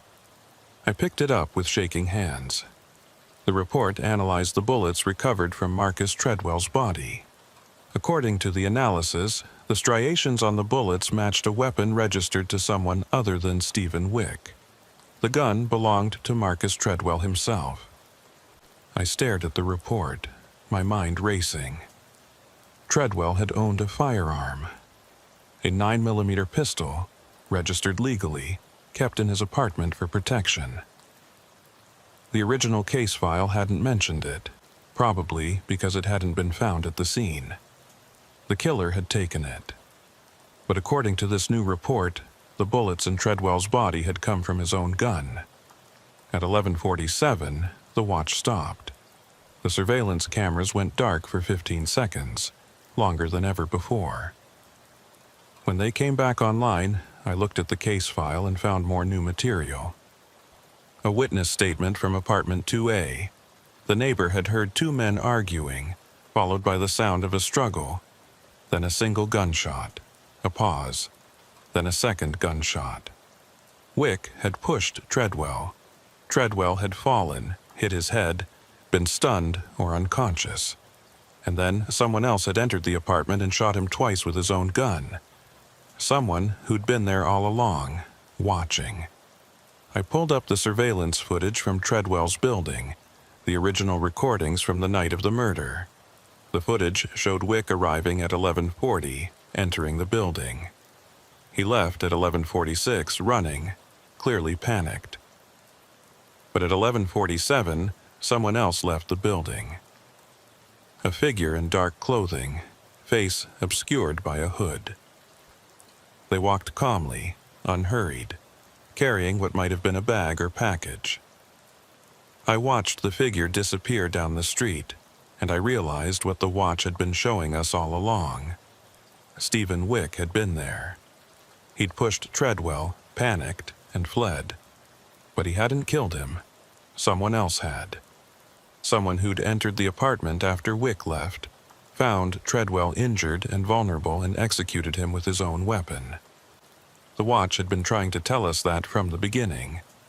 Each night running those 2 minutes from 11:45 to 11:47, showing us the window when the real killer had acted. And each time it ran, it rewrote the evidence to point us toward the truth. I called Rex immediately.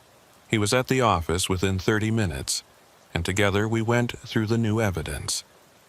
The ballistics report, the witness statement, the surveillance footage that had always been there but never examined closely enough. "We need to identify that figure," Rex said, pointing at the hooded person on the screen. "They're our real killer." I enhanced the footage as much as I could, but the quality was poor and the person had been careful to avoid showing their face. But there was one detail, a distinctive watch on their left wrist. I could just make out the shape through their sleeve. A Timex, old, with a worn leather band. My blood ran cold. "Rex, look at this." I pulled up the evidence photo of Marcus Treadwell's watch, the one that had been running every night at 11:45. Then I compared it to the watch on the killer's wrist in the surveillance footage. They were identical. "I don't understand," Rex said. "The watch was found on Treadwell's nightstand. How could the killer be wearing it? Unless the killer had taken the watch, worn it, then returned it to the nightstand after the murder. But why? What possible reason would someone have to do that?" I thought about the watch, running every night at the exact time of death, about how it had been left behind, stopped at 11:47, as if marking the moment, about how it had been rewriting the case file, revealing the truth piece by piece. "It's not about the watch," I said slowly.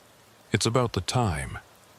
The killer wanted us to know exactly when Treadwell died, They staged the scene to make it look like Wick had done it, left him there injured after the confrontation, but they made sure we'd know the real time of death, 11:47. The watch was stopped then deliberately. So, who was it? Who would want Treadwell dead but frame Wick for it? I pulled up the original case file, looking at everyone who'd been interviewed. Teachers at Treadwell's school, neighbors, family members, friends, and then I saw a name I'd overlooked, Patricia Morris, the colleague he'd had a dispute with over department funding. According to her statement, she'd been home with her husband all night. But when I pulled up her interview transcript, I noticed something. She'd mentioned seeing Wick arrive at Treadwell's building around 11:40. She'd been specific about the time, said she'd been taking out her trash and noticed him in the lobby. But her apartment wasn't in Treadwell's building. It was 3 blocks away. How had she seen Wick arrive? I called Detective Wexler and asked him to verify Patricia Morris's alibi. He called back an hour later. "Interesting thing about Morris," he said.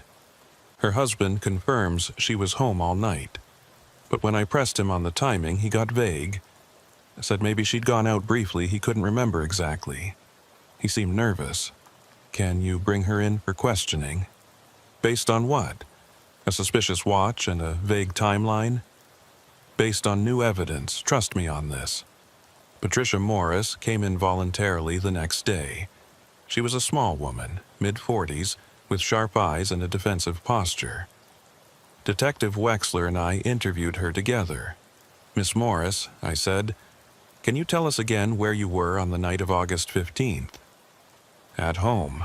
I already told the police this months ago." "Your original statement says you saw Stephen Wick arrive at Marcus Treadwell's building around 11:40. How did you see that from 3 blocks away?" She hesitated. "I must have been walking by, taking out trash like I said." "At 11:40 at night?" "Yes." "But your building's trash room closes at 9 p.m. It's in your lease." Her composure cracked slightly. I might have the time wrong. It could have been earlier."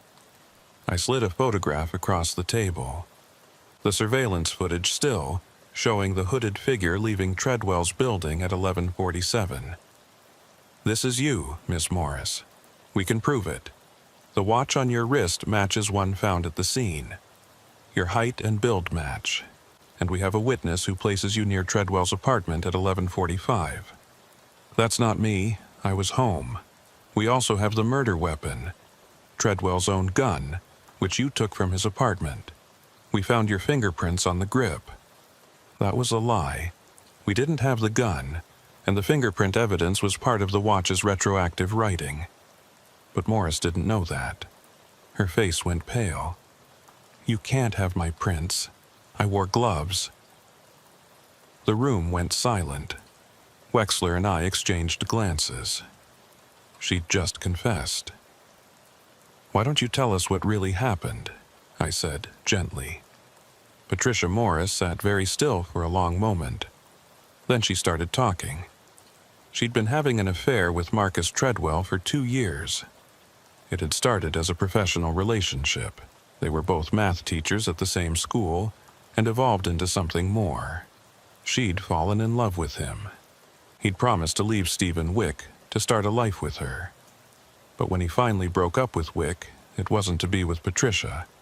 He'd simply wanted to be alone. He'd ended things with her gently but firmly. Said he needed time to figure out who he was. "I couldn't accept that," she said quietly. "I'd given up so much for him. My marriage was failing because of our affair. I'd risked everything, and he just dismissed me, like I was nothing." On the night of August 15th, she'd gone to his apartment to confront him. She'd waited outside, planning what to say.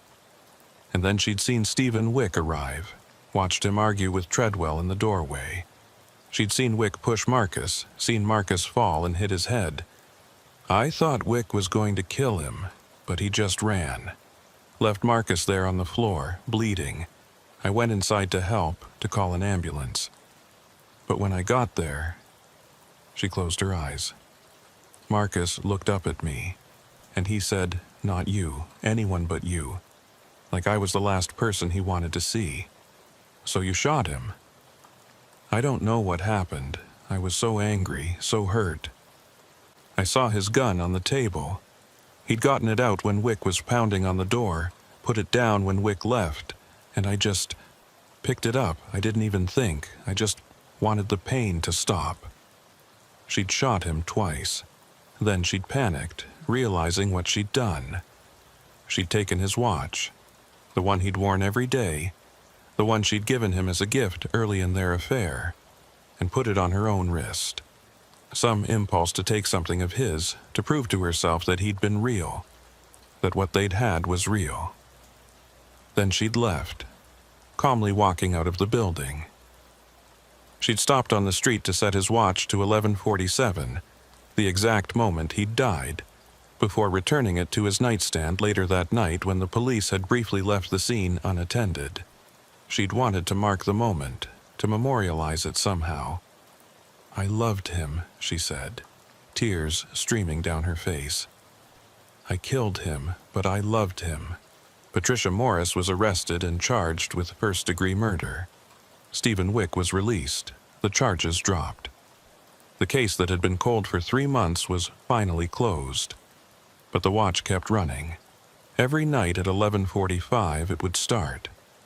Every night at 11:47 it would stop, even after Morris's conviction. Even after the real killer was found. The watch continued its cycle. I asked Carmine about it one night. We were in the evidence room doing inventory when I mentioned the ongoing phenomenon. "Some things don't stop," he said quietly. "Some echoes keep repeating, even after the story's been told. Maybe it's just the mechanism wearing itself out. Or maybe," he paused, "maybe Marcus Treadwell's death left such a mark that it can't be erased, even by justice." I thought about that often in the weeks that followed. The watch had guided us to the truth, rewriting evidence to reveal what had been hidden. But it hadn't stopped once the case was solved. It kept running, kept marking those 2 minutes, as if the truth wasn't enough to lay the ghost to rest.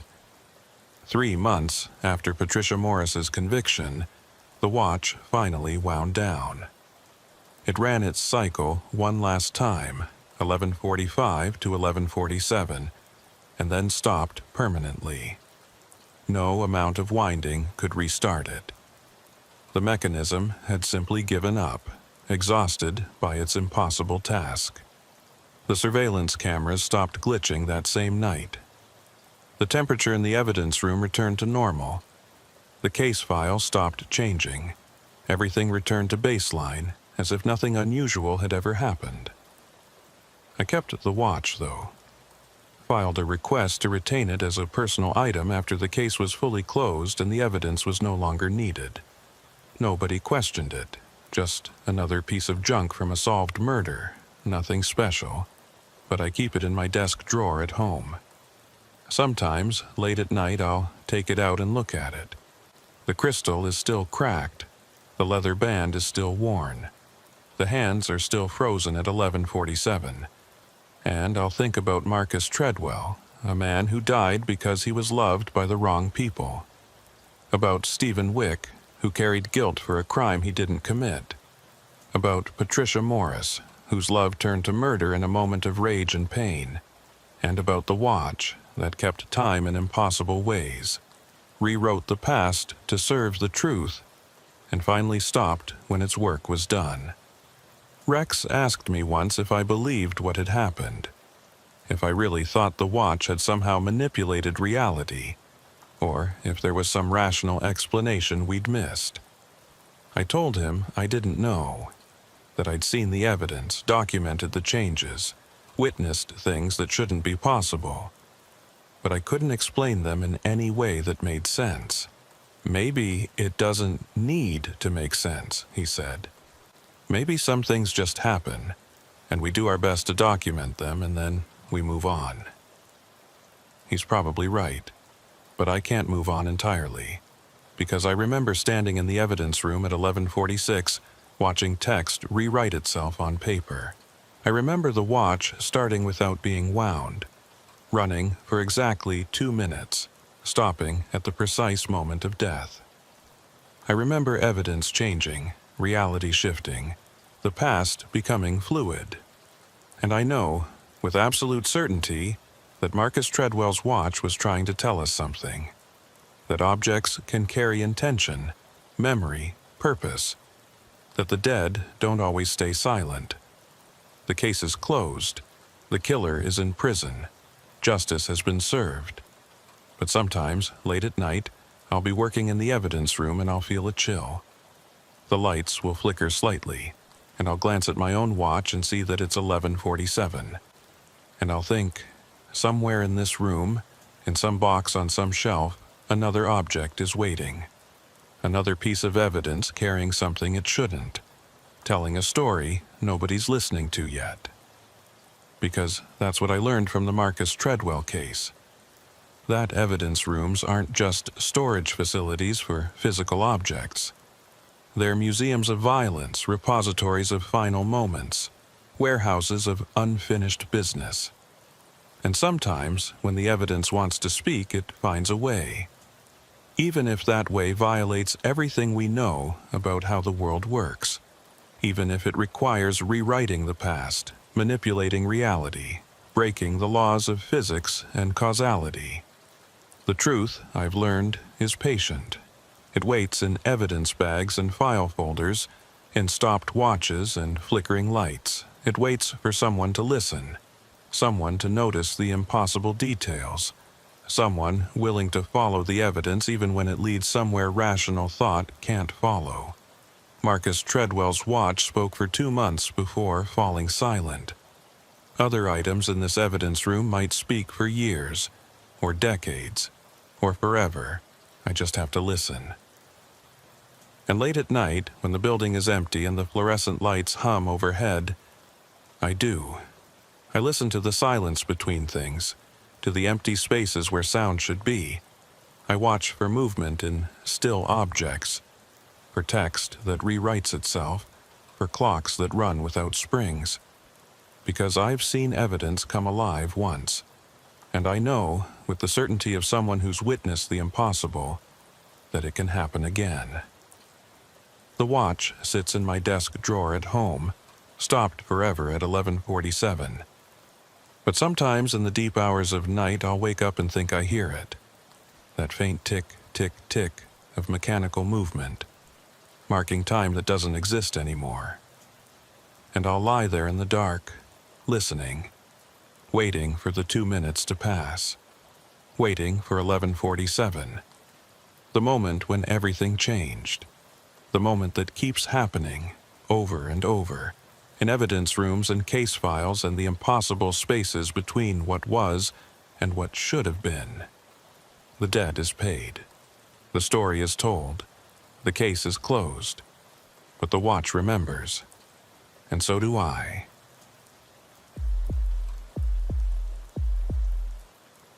The missing person report came across my desk on a Thursday afternoon in late October, when the Adirondacks were at their most deceptive.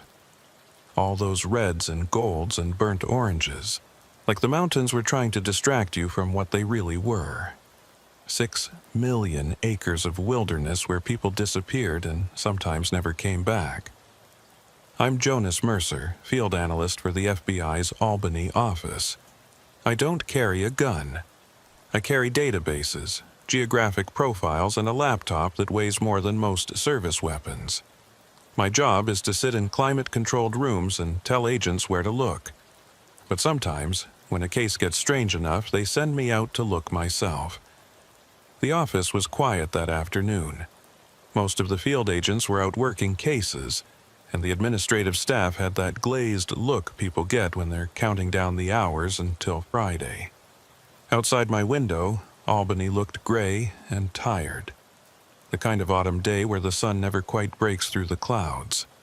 I was reviewing data on a smuggling operation when Levi Quayle appeared in my doorway. Levi had a way of materializing without sound, like a ghost or a bad conscience. He was tall and thin, with close-cropped silver hair and a face that looked like it had been carved from something harder than flesh. In 20 years with the Bureau, I'd never seen him smile. Not once. "Mercer," he said. "Got something for you." I saved my work and turned to face him. "What kind of something?" He stepped into my office and closed the door behind him, which was never a good sign. Levi only closed doors when he was about to tell you something that shouldn't leave the room. The missing person was a man named Marcus Whitley, 42, a wildlife biologist from the State University of New York. He'd gone into the Adirondacks 3 weeks earlier to study lynx migration patterns and hadn't come back. His vehicle, a forest green Subaru Outback, was found parked at a trailhead near Lake Lila, keys still in the ignition, driver's side door hanging open like he'd left in a hurry. Marcus's wife, Elena, reported him missing after he failed to check in for 5 consecutive days. I'd spoken to her on the phone that morning before Levi came to my office. Her voice had been steady, controlled, the kind of control that comes from working very hard not to fall apart. "Marcus is careful," she'd told me. "He knows the risks. He's been doing field work for 15 years. He wouldn't just vanish without a reason." "Did he seem worried about anything before he left? Any concerns about the work?" There had been a pause on the line. "He said something strange the night before he went into the forest. We were having dinner, and he got this look on his face. Distant, like he was working out a puzzle in his head. I asked him what he was thinking about, and he said, what if the lynx aren't the only things being tracked?" "What did he mean by that?" "I don't know. I asked him to explain, but he just shook his head and changed the subject. I thought maybe he was worried about the poachers, that they'd figured out he was reporting to the authorities, but now—" Her voice had cracked slightly. "Now, I think it was something else, something he couldn't explain because he didn't understand it himself." That conversation had stayed with me all morning, nagging at the back of my mind. What if the lynx aren't the only things being tracked? It sounded paranoid, or maybe just the rambling thought of someone who'd spent too much time alone in the wilderness. But there was something about it that bothered me. Marcus wasn't the type to get paranoid. His wife had been clear about that. He was methodical, rational, a scientist to his core. If he'd said something like that, he'd had a reason. His wife reported him missing after he failed to check in for 5 consecutive days. That wasn't unusual for Marcus, apparently. He'd go silent when he was deep in his research, chasing radio-collared cats through the forest, sleeping in his tent, eating cold beans straight from the can. But 5 days was his limit. After that, he always called. This time, he hadn't. "Why are we involved?" I'd asked Levi Quayle, my case supervisor, when he'd first briefed me. Levi was a 20-year veteran with the Bureau, a man whose face had settled into permanent skepticism. He had gray eyes that never seemed to blink, and a way of speaking that made everything sound like a threat. "Because Marcus Whitley wasn't just studying lynx," Levi said. He slid a folder across his desk. The folder was thick, held together with rubber bands, the kind of case file that had been building for years. He was also consulting for us. I opened the folder. Inside were surveillance photos, transaction records, maps marked with GPS coordinates. The photos showed men in camouflage loading black shapes into truck beds under the cover of darkness. The transaction records traced money flowing from New York to Asia, passing through shell companies and cryptocurrency wallets. The maps showed kill sites scattered across the Adirondacks, each one marked with a red X. Marcus Whitley had been helping the FBI track illegal wildlife trafficking in the Adirondacks. Poachers were taking black bears, killing them for their gallbladders, which sold for thousands of dollars per pound in traditional medicine markets. Sometimes they took the paws too, considered delicacies in certain restaurants. The operation was sophisticated, organized, and brutal. He was working a case. Peripherally, he wasn't an agent, just an expert consultant. But he had information, geographic patterns, behavioral analysis of the poachers, predictions about where they'd strike next. He was good at it. Too good. Levi tapped one of the photos. 3 weeks ago, he told his handler that he'd found something unusual, a kill site that didn't fit the pattern. He wanted to investigate personally. What made it unusual? He wouldn't say over the phone, said it was too complicated to explain without showing it. His handler told him to wait, that we'd send a team with him. But Marcus went anyway, alone, and now he's gone. You think the traffickers found out? Levi leaned back in his chair, fingers steepled under his chin. His office was sparse, almost monastic. No personal photos, no decorations, just government-issue furniture and a single window that looked out over the parking lot. I think someone should go look, and since you're the one who likes playing detective in the woods, I'm sending you. That's when he'd told me about the other case. The older one. The one that made Marcus Whitley's disappearance feel less like an isolated incident and more like a pattern. There's something else you need to know, Levi had said. Marcus Whitley wasn't the first person to go missing in that area. There was someone else, a former agent named Seraphine Mott. She disappeared in those same woods 6 years ago. The name meant nothing to me at first. I was still relatively new to the Albany office, and 6 years ago I'd been working out of the D.C. headquarters, analyzing international terrorism cases. But as Levi spoke, pulling up Seraphine's file on his computer, I started to understand why he looked so tense. Seraphine Mott had been a criminal investigative specialist, not quite an agent, but close. She'd worked cold cases, disappearances, unsolved homicides. Her specialty was pattern recognition, finding connections that others missed. Apparently, she'd been very good at it. What was she working on? That's classified. But what I can tell you is that she was investigating an anomaly. A pattern she'd identified in missing person cases across the Adirondacks. Hikers, hunters, researchers. Over the past 80 years, more than 40 people had vanished in a roughly 10-mile radius. Most were never found. No bodies, no evidence, just gone. I looked at the photo of Seraphine on the screen. She was in her mid-30s with dark hair pulled back in a ponytail and sharp, intelligent eyes. She looked capable, confident. Not like someone who'd disappear without a trace. You think it's connected? Seraphine and Marcus? I don't know. But they both went to the same area. They both were investigating patterns. And they both vanished. Levi closed the file. Seraphine went into the forest to check out an old hunting cabin she thought might be significant. She filed her itinerary, followed protocol, checked in twice by satellite phone. Then nothing. We searched for 3 weeks. Helicopters, dogs, thermal imaging. Never found a trace. It was like she stepped off the edge of the world. What about her reports?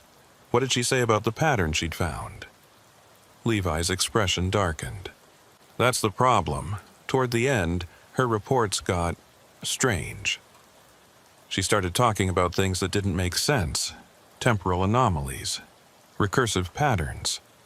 She said the disappearances weren't random, that there was a structure to them, a sequence.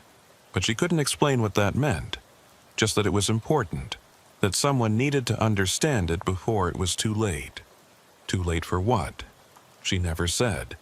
3 days after her last coherent report, she went into the forest and didn't come back. I sat there, processing this. 2 disappearances, 6 years apart, in the same location. Both investigators, both following patterns. It could be coincidence, but in my experience, coincidences were usually just patterns you hadn't recognized yet. Why wasn't this in my initial briefing? Because it's embarrassing. Levi said bluntly. We don't like admitting we lose our own people. And because Seraphine's case was complicated, there were questions about her mental state toward the end. Some people thought she was experiencing some kind of breakdown, that the isolation, the obsession with the case, had affected her judgment. If we acknowledge the connection between her disappearance and Marcus's, we have to acknowledge that maybe she was onto something, that maybe she wasn't unstable, that maybe something really is happening in those woods. You believe her? Levi was quiet for a long moment, his gray eyes fixed on some point beyond my shoulder. I knew Seraphine, worked with her on 2 cases before she disappeared. She was one of the best analysts I've ever seen. If she said there was a pattern, there was a pattern. Whether that pattern is something we can understand.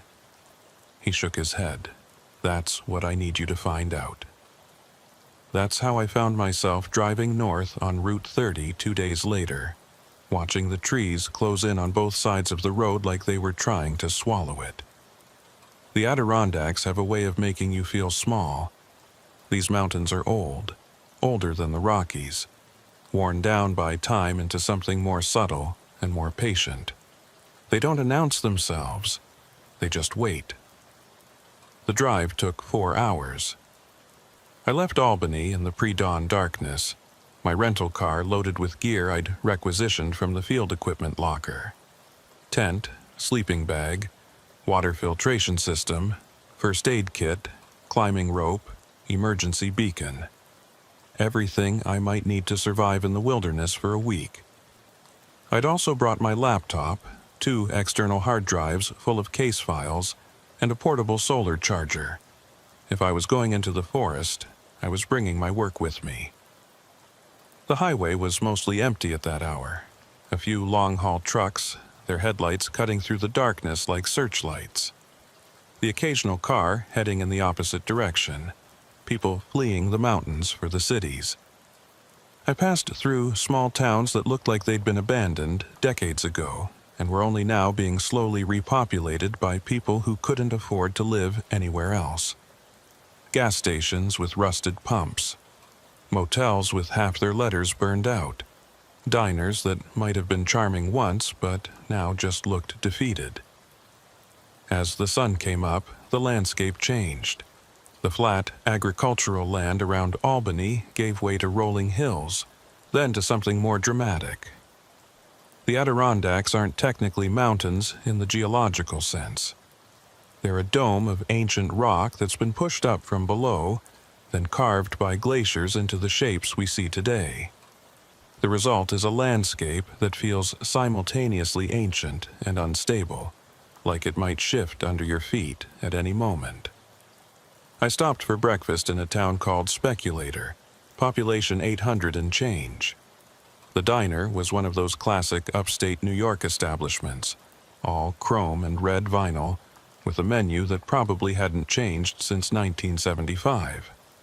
I ordered coffee and eggs, sat at the counter, and tried not to think too hard about what I was about to do. The waitress was a woman in her 60s with iron gray hair and the kind of weathered face you get from living through too many hard winters. She poured my coffee without asking if I wanted a refill and gave me a look that suggested she'd sized me up and found me wanting. "You're not from around here," she said. It wasn't a question. "Albany, I'm with the FBI."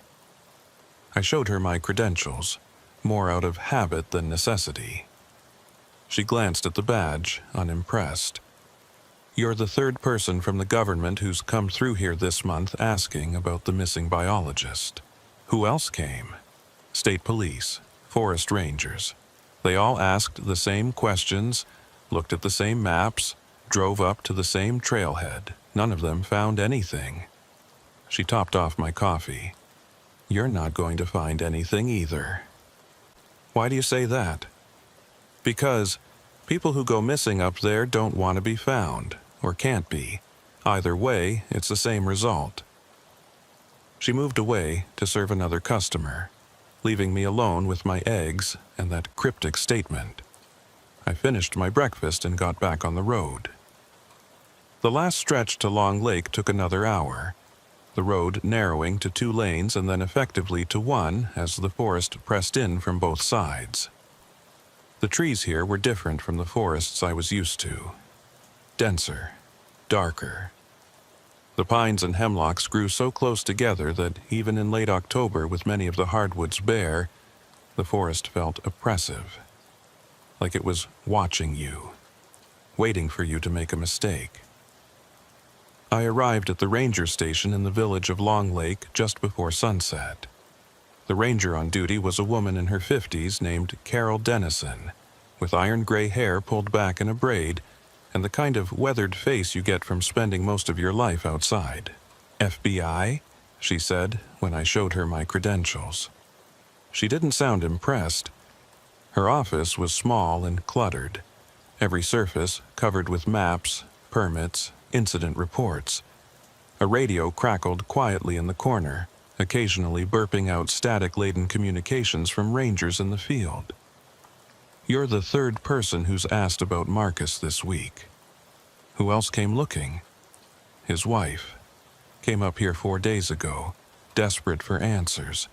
Poor woman, I could see it in her eyes, that terrible hope that maybe we'd missed something, maybe there was still a chance. Carol shook her head. I had to tell her the same thing I'm going to tell you. We searched a 20-square-mile area. Dogs, helicopters, ground teams. If Marcus was out there, we would have found him. You said someone else came looking too. Some private investigator Elena Whitley hired. City boy, fancy gear, no idea what he was doing. I took him up to the trailhead, showed him the route Marcus usually took. He spent 1 night in the forest and came back the next morning, looking like he'd seen a ghost. Said he felt like he was being watched, like the forest itself was aware of him. She snorted. Probably just spooked by a bear. Did he find anything? If he did, he didn't share it with me. Just packed up his gear and drove back to wherever he came from. Elena called me the next day, furious. Said he'd taken her money and given her nothing but excuses. Carol pulled out a map and spread it across the counter. It was a topographic map of the area, covered in notations and markings in different colors. This is where we found his car.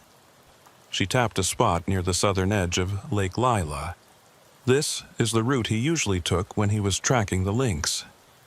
Her finger traced a meandering path through the forest, following ridge lines and creek beds. I studied the map carefully. Marcus's usual route formed a rough loop, starting at Lake Lila and circling northeast before coming back around. The terrain was challenging, but not impossible. Elevation changes of 1,000 feet or more, dense forest, multiple water crossings. But for someone with Marcus's experience, it should have been manageable. How far is that? 15, maybe 20 miles. Most people could do it in 2 days if they pushed. Marcus could probably do it faster. He knew these woods better than anyone. Better than me, and I've been working here for 30 years. But he didn't come back. No. She looked up at me, and I saw something in her expression that I couldn't quite identify. Worry, maybe, or something else. Something that made the hair on the back of my neck stand up. He didn't come back. I pointed to a small square marked on the map, about 8 miles north of Marcus's usual route. What's this cabin? Carol's expression changed.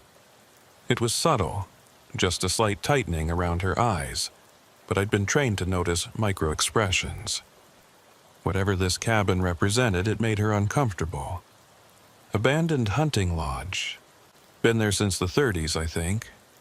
Some rich family from New York City built it, used it for a few years, then let it rot. The state took it over decades ago, but never did anything with it. Hikers use it sometimes when the weather turns bad.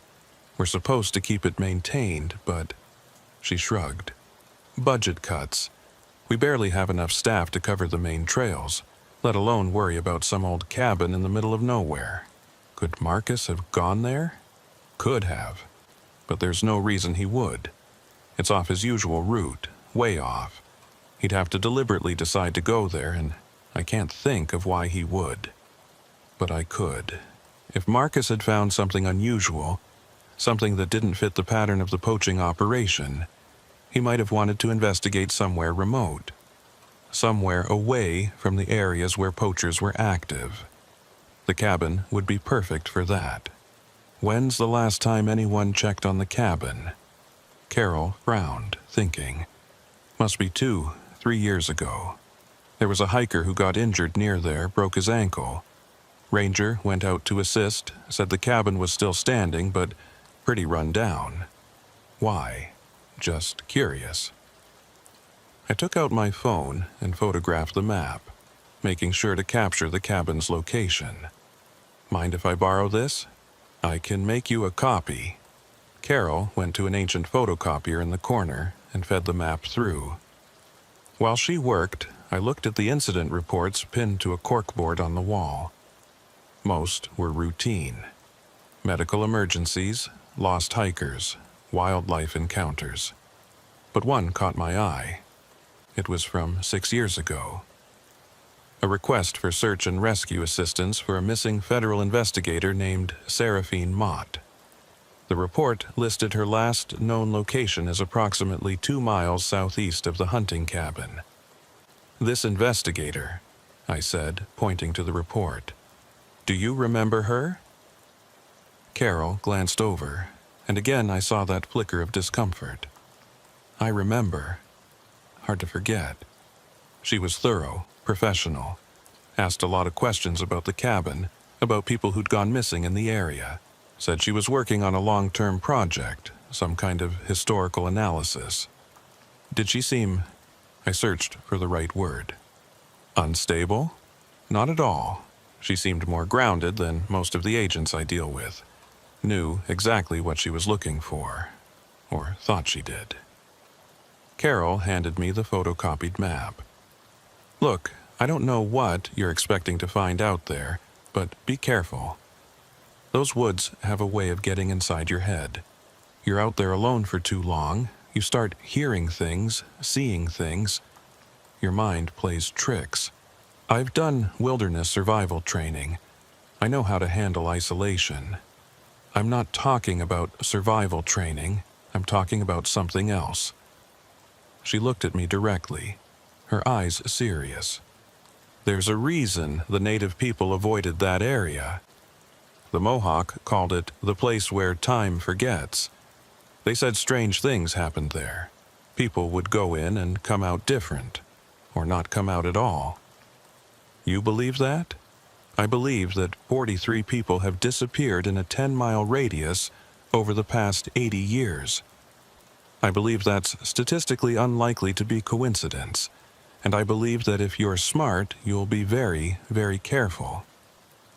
And I spent the rest of the evening in my motel room studying it, cross-referencing with the GPS data from Marcus's research logs. His movements over the past 6 months formed a pattern, a rough circle around the northeastern section of the wilderness. But 3 weeks ago, something had changed. His last recorded position, transmitted from his GPS collar system before his devices went silent, was northwest of his usual range, closer to that cabin. The next morning, I drove to the trailhead where Marcus's vehicle had been found. The Subaru was gone, impounded as evidence, but the spot where it had been was still marked with evidence tape fluttering in the wind. The parking area was empty except for my rental car. It was a Saturday, but the season was late enough that most hikers had moved on to other pursuits. The air was cold, sharp with the promise of winter.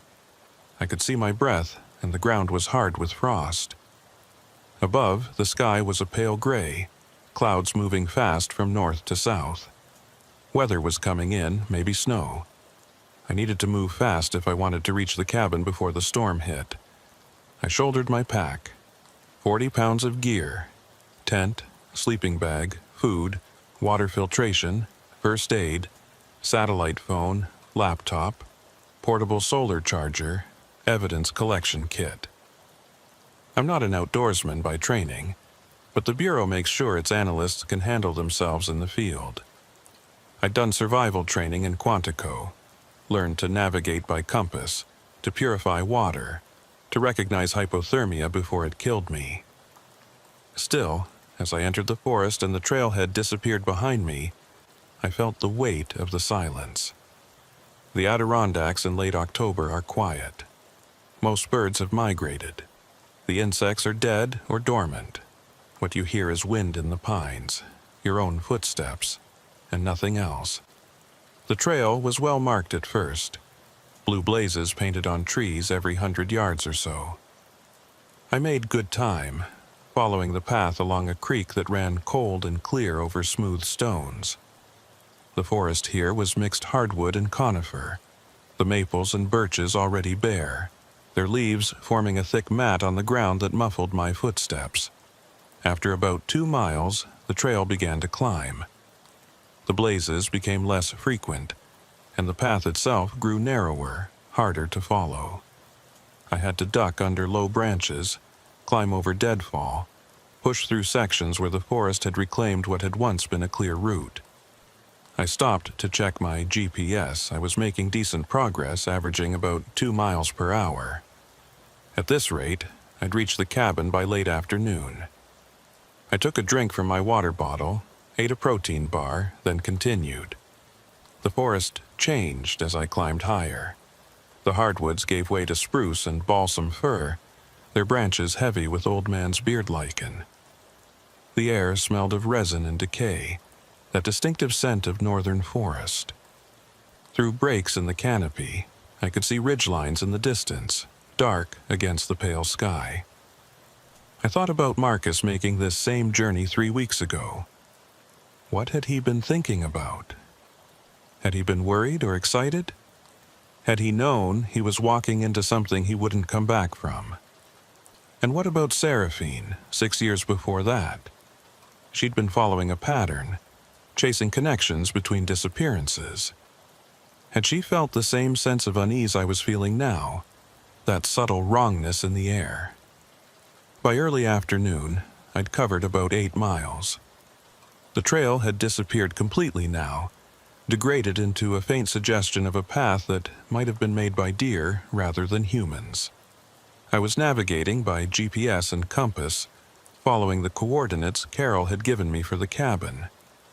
I stopped to rest on a granite outcropping that overlooked a small valley. The trees below were a patchwork of bare branches and stubborn evergreens. No sign of human presence.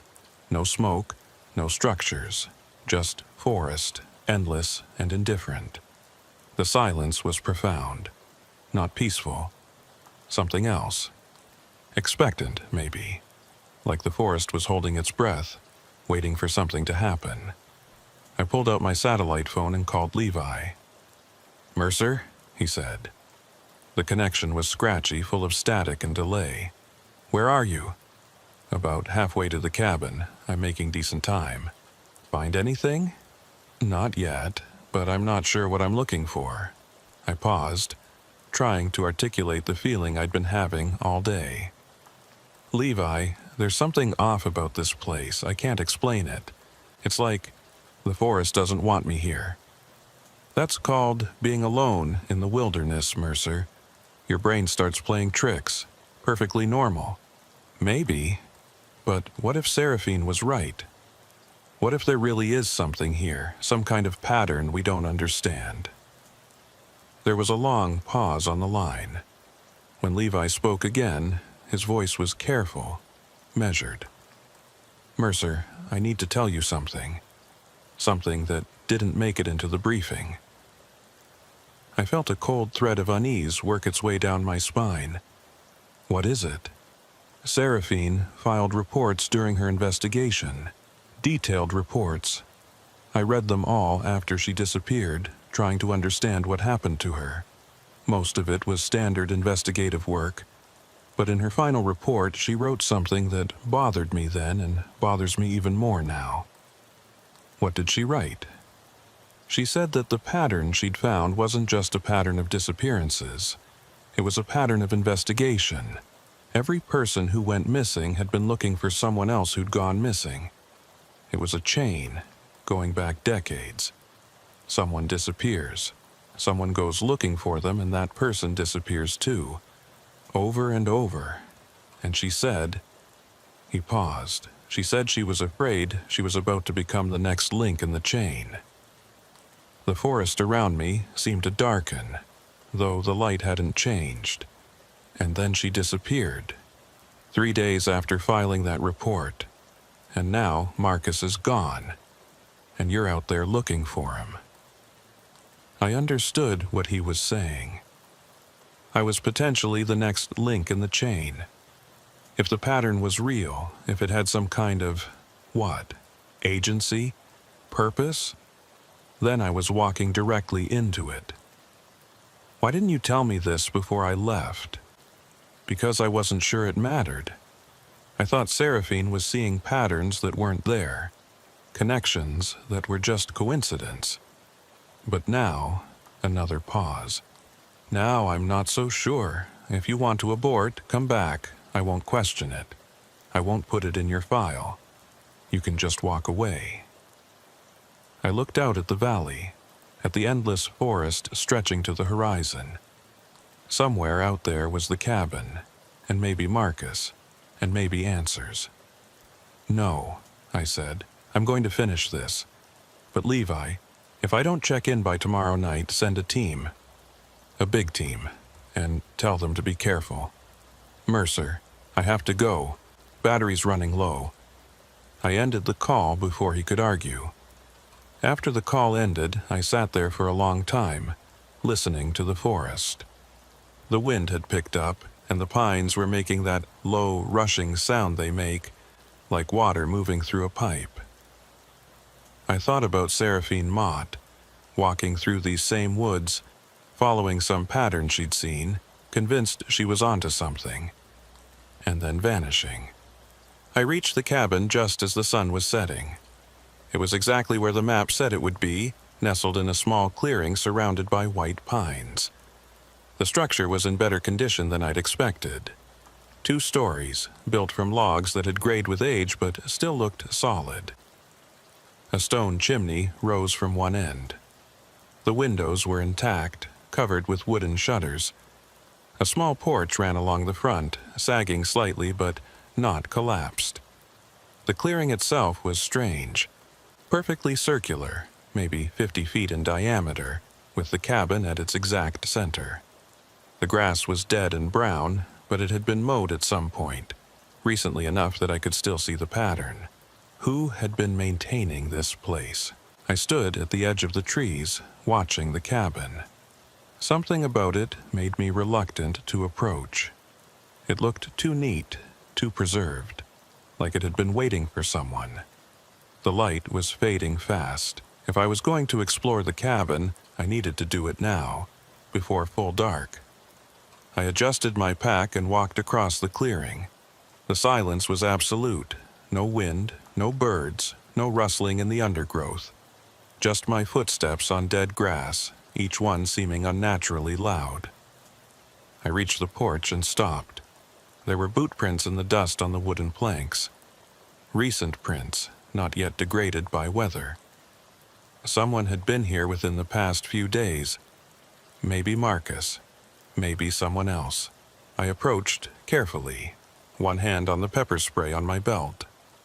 I'm not authorized to carry a firearm, but I'm not stupid either. I called out, "Hello? Anyone here?" No answer. Just the settling creak of old wood and the vast silence of the forest. The front door was unlocked. That should have reassured me. Marcus might have left it open when he entered, but it didn't. It felt deliberate, like an invitation, or a trap. I pushed the door open and stepped inside. The interior was a single large room on the ground floor, with a loft visible above. There was a stone fireplace, a rough wooden table, a few chairs. Everything was covered in a thick layer of dust, but it was clear someone had been here recently. There were boot prints in the dust. A sleeping bag spread out on the floor near the fireplace. Food wrappers in the corner, a camping stove, water bottles, Marcus's gear. I recognized the sleeping bag from the description his wife had given. Forest green, rated for 0 degrees. She'd been worried he wouldn't have warm enough equipment for late October, but Marcus had assured her he'd be fine. I moved deeper into the cabin, my eyes adjusting to the dimness. The last light from the windows cast long shadows across the floor. And that's when I saw the walls. They were covered in writing, not graffiti, not the usual carved initials and obscenities you find in abandoned places. This was different. The words were written in pencil, neat and small, covering every available surface. The walls, the door frames, even the ceiling beams. Hundreds of sentences, maybe thousands, all written in the same careful hand. My heart started to pound. This wasn't random. This was methodical, obsessive.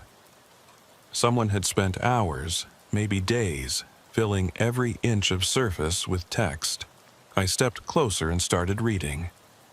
Jonas Mercer will arrive on Saturday, October 19th at 6:23 p.m. My blood went cold. Today was Saturday, October 19th. I checked my watch. It was 6:21. The writing wasn't a record of something that had happened. It was a prediction about me, written before I'd even left Albany. I read the next line, my hand shaking. He will see this message and feel afraid. I was afraid, terrified. Every instinct I had was screaming at me to leave, to run back to the trailhead, to get as far away from this cabin as possible. But I forced myself to keep reading. He will search the cabin for signs of Marcus Whitley. He will find Marcus's journal in the loft. He will read it. He will understand nothing. I looked up at the loft, accessible by a ladder built into the wall. The ladder looked old, the wood worn smooth by decades of use. I didn't want to go up there. I didn't want to find what I was being told I would find. But I'm an analyst. My job is to follow evidence, even when it leads somewhere I don't want to go. I climbed the ladder. Each rung creaked under my weight. The sound was loud in the silence, jarring. As I climbed higher, I became aware of a smell. Not strong, but present, something organic, something that had been there for a while. The loft was small, barely tall enough to stand in. There was a narrow cot against one wall, a backpack in the corner. I recognized the backpack immediately. It was Marcus Whitley's. I'd seen photos of it in the case file. Forest green, with a reflective strip across the top, university logo on the side. My relief was immediate and short-lived. Marcus had been here, but where was he now? I opened the backpack carefully, using the edge of my sleeve to avoid leaving fingerprints. Inside were his research notes, his Jeep's unit, spare batteries, a water bottle, and at the bottom a spiral-bound notebook. I opened it to the first page. The handwriting was shaky, desperate. Not the neat, controlled script on the walls downstairs. This was the writing of someone who was afraid, who was trying to document something before it was too late. If you're reading this, you're Jonas Mercer. I'm sorry. I didn't mean for you to get involved. But the cabin has rules, and one of the rules is that everyone who disappears brings someone looking for them. That's how it propagates. That's how it survives. The handwriting matched the writing on the walls. I flipped through the pages. The notebook was full of observations, timestamps, desperate attempts to make sense of something. Marcus had been documenting what was happening to him, trying to understand it even as it was happening. Day 1. I found the cabin. The writing on the walls wasn't here yesterday, I'm sure of it. I checked this place 3 days ago, and the walls were blank. Day 3. The writing is predicting things, small things at first. What time I would wake up, what I would eat for breakfast, but it's getting more specific. Day 5. It knows things I haven't done yet. It describes conversations I'm going to have, decisions I'm going to make. I tried to prove it wrong. I did everything different from what it said, but the writing changed. It's always right. Day 8. I think I understand now. This isn't a prediction, it's a description. The writing isn't telling me what I'm going to do, it's telling me what I've already done. I'm reading about my own past, but I'm experiencing it as my future. Day 12. I can't leave. Every time I try to walk away, I find myself back here. The forest loops. I've marked trees, left trail markers, followed my own footprints. They all lead back to the cabin. It's like the woods don't have an edge anymore. Or maybe I don't. Day 15. I saw Seraphine today. She was standing in the clearing, watching the cabin. She looked exactly like her bureau photo. She didn't age, she didn't speak. When I called out to her, she walked into the trees and disappeared. I found her footprints. They were fresh. I stopped reading. My heart was hammering so hard I could feel it in my throat. Outside, it was fully dark now. I turned on my flashlight and continued reading. Day 18. The writing on the walls has reached the present. It's caught up with me. The last line on the east wall describes what I'm doing right now. It says, Marcus is reading the final entry in his notebook. He knows what comes next. But there is no next entry. I don't know what comes next. Day 19. I found more writing this morning. It was in the notebook on pages that were blank yesterday. It describes Jonas Mercer. It says the Bureau will send him to find me. It gives his arrival date and time. It says he'll find this notebook and read it. It says what he'll do after. I'm writing this now, adding to it, trying to warn him. Jonas, if you're reading this, you need to understand.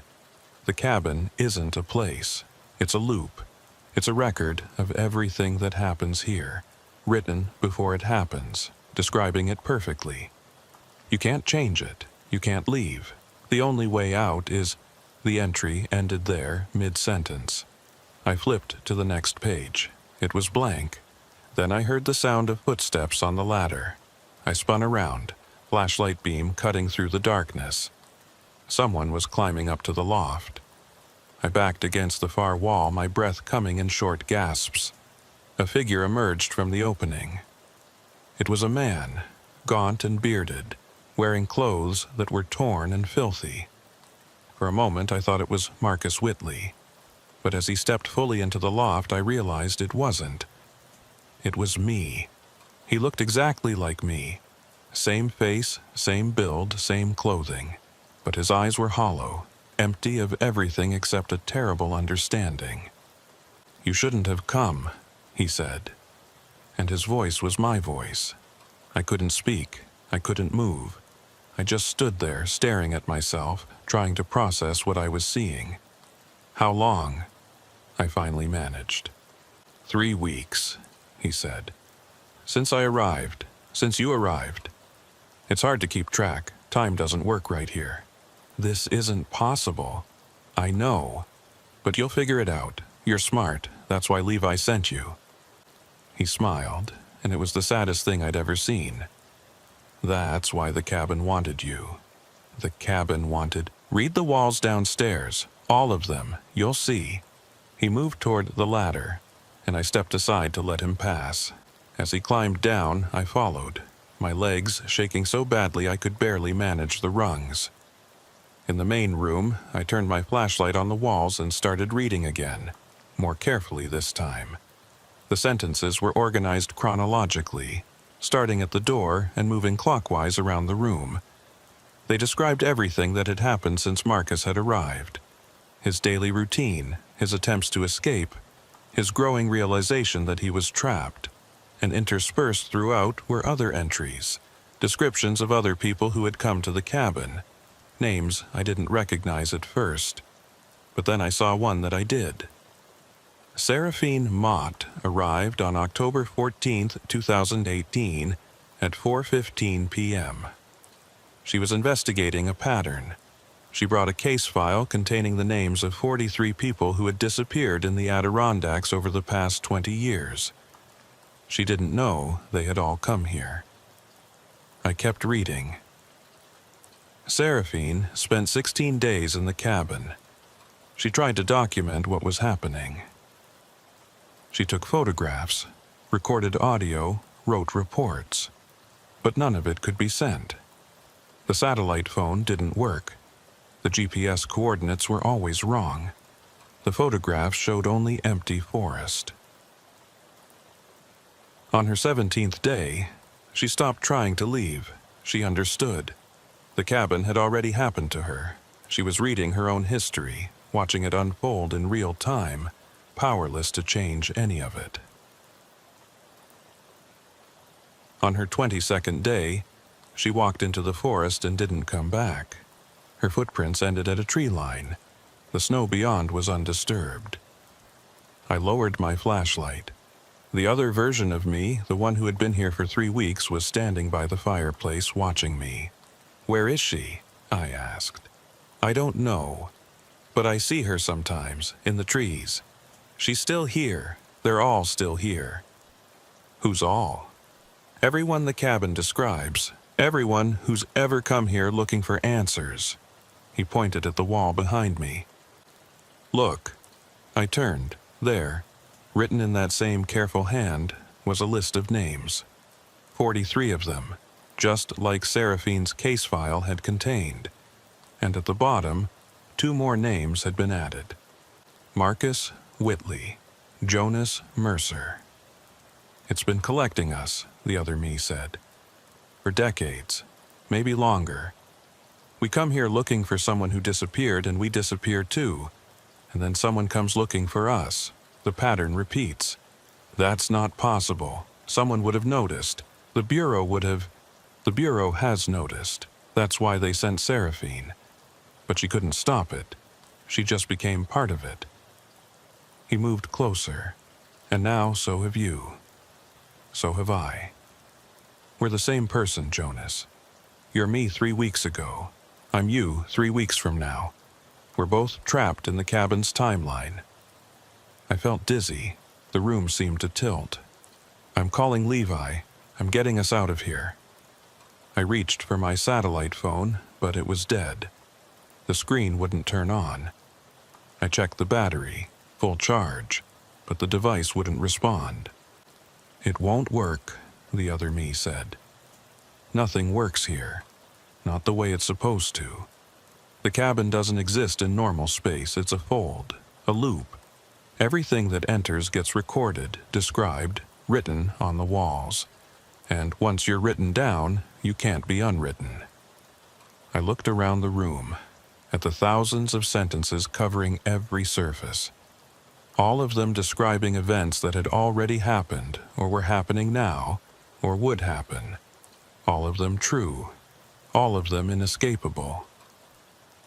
And then I saw it. On the north wall, at eye level, a new section of writing that hadn't been there before. Or maybe it had always been there, and I was only now able to see it. Jonas Mercer will spend the next 3 weeks trying to escape. He will follow the same patterns Marcus followed. He will mark trees, create maps, test every possible exit. He will fail. On his 22nd day, he will understand. I read the next line, even though I didn't want to. On his 23rd day, he will stop being afraid. He will accept what he is now, a record, a description, a sentence written on a wall. He will wait in the cabin for the next person to arrive. He will try to warn them, knowing the warning will change nothing. "No," I whispered. "No, I won't accept that." But the other me was shaking his head, that sad smile still on his face. You will. Because it's already written. It's already true. Look. He pointed at the wall above the fireplace. There, in letters larger than all the rest, was a single sentence. Jonas Mercer is reading this sentence right now. And I was. I didn't sleep that first night.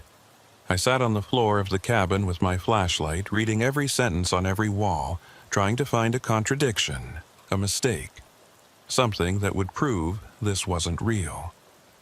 But there were no contradictions. The writing was perfect.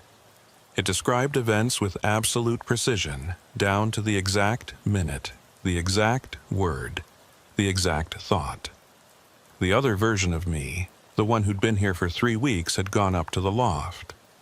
I could hear him moving around up there occasionally, but he didn't come down. I was alone with the walls and their terrible truth. As dawn broke, gray light filtering through the shuttered windows, I forced myself to think like an analyst. There had to be a pattern, a structure I could understand. I pulled out my laptop, which still had battery, and started documenting everything. The cabin had first appeared in official records in 1934, built by a Manhattan banking family named Ashford. They'd used it for 3 summers, then abandoned it. But there were references in local historical documents to a structure in this location dating back much further. A hunter's shelter in the 1880s, a trapper's cabin in the 1820s.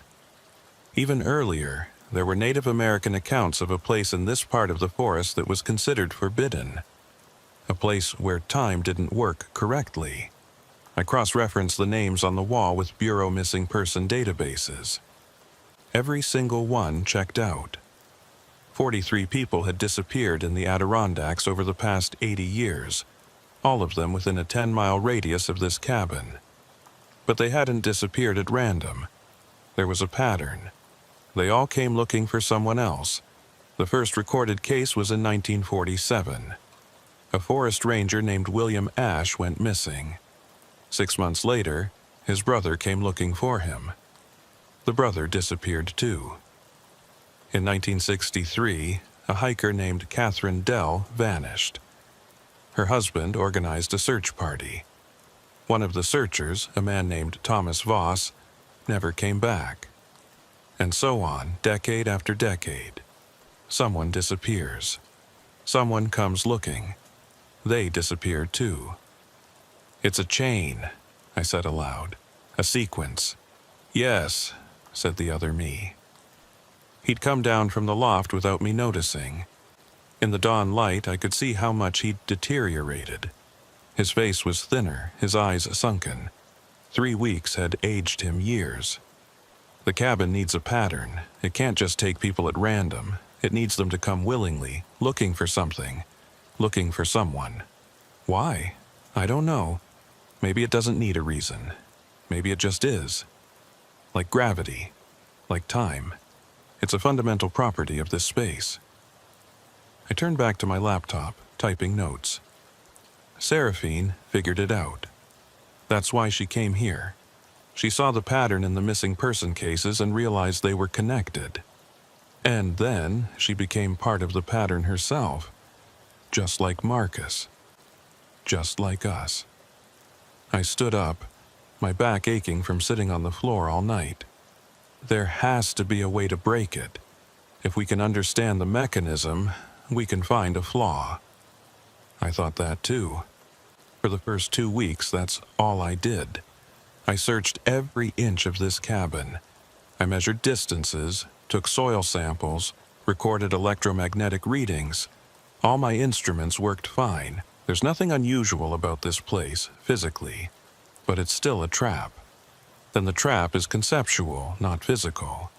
It's in how we think about the space, how we navigate it. I tried that too. I mapped every possible cognitive bias. I tested my perceptions against objective markers. The problem isn't in my head, Jonas. It's in the forest. Or maybe it's in both. Maybe there's no difference here. I walked to the door and opened it. Outside, the clearing was bathed in soft morning light.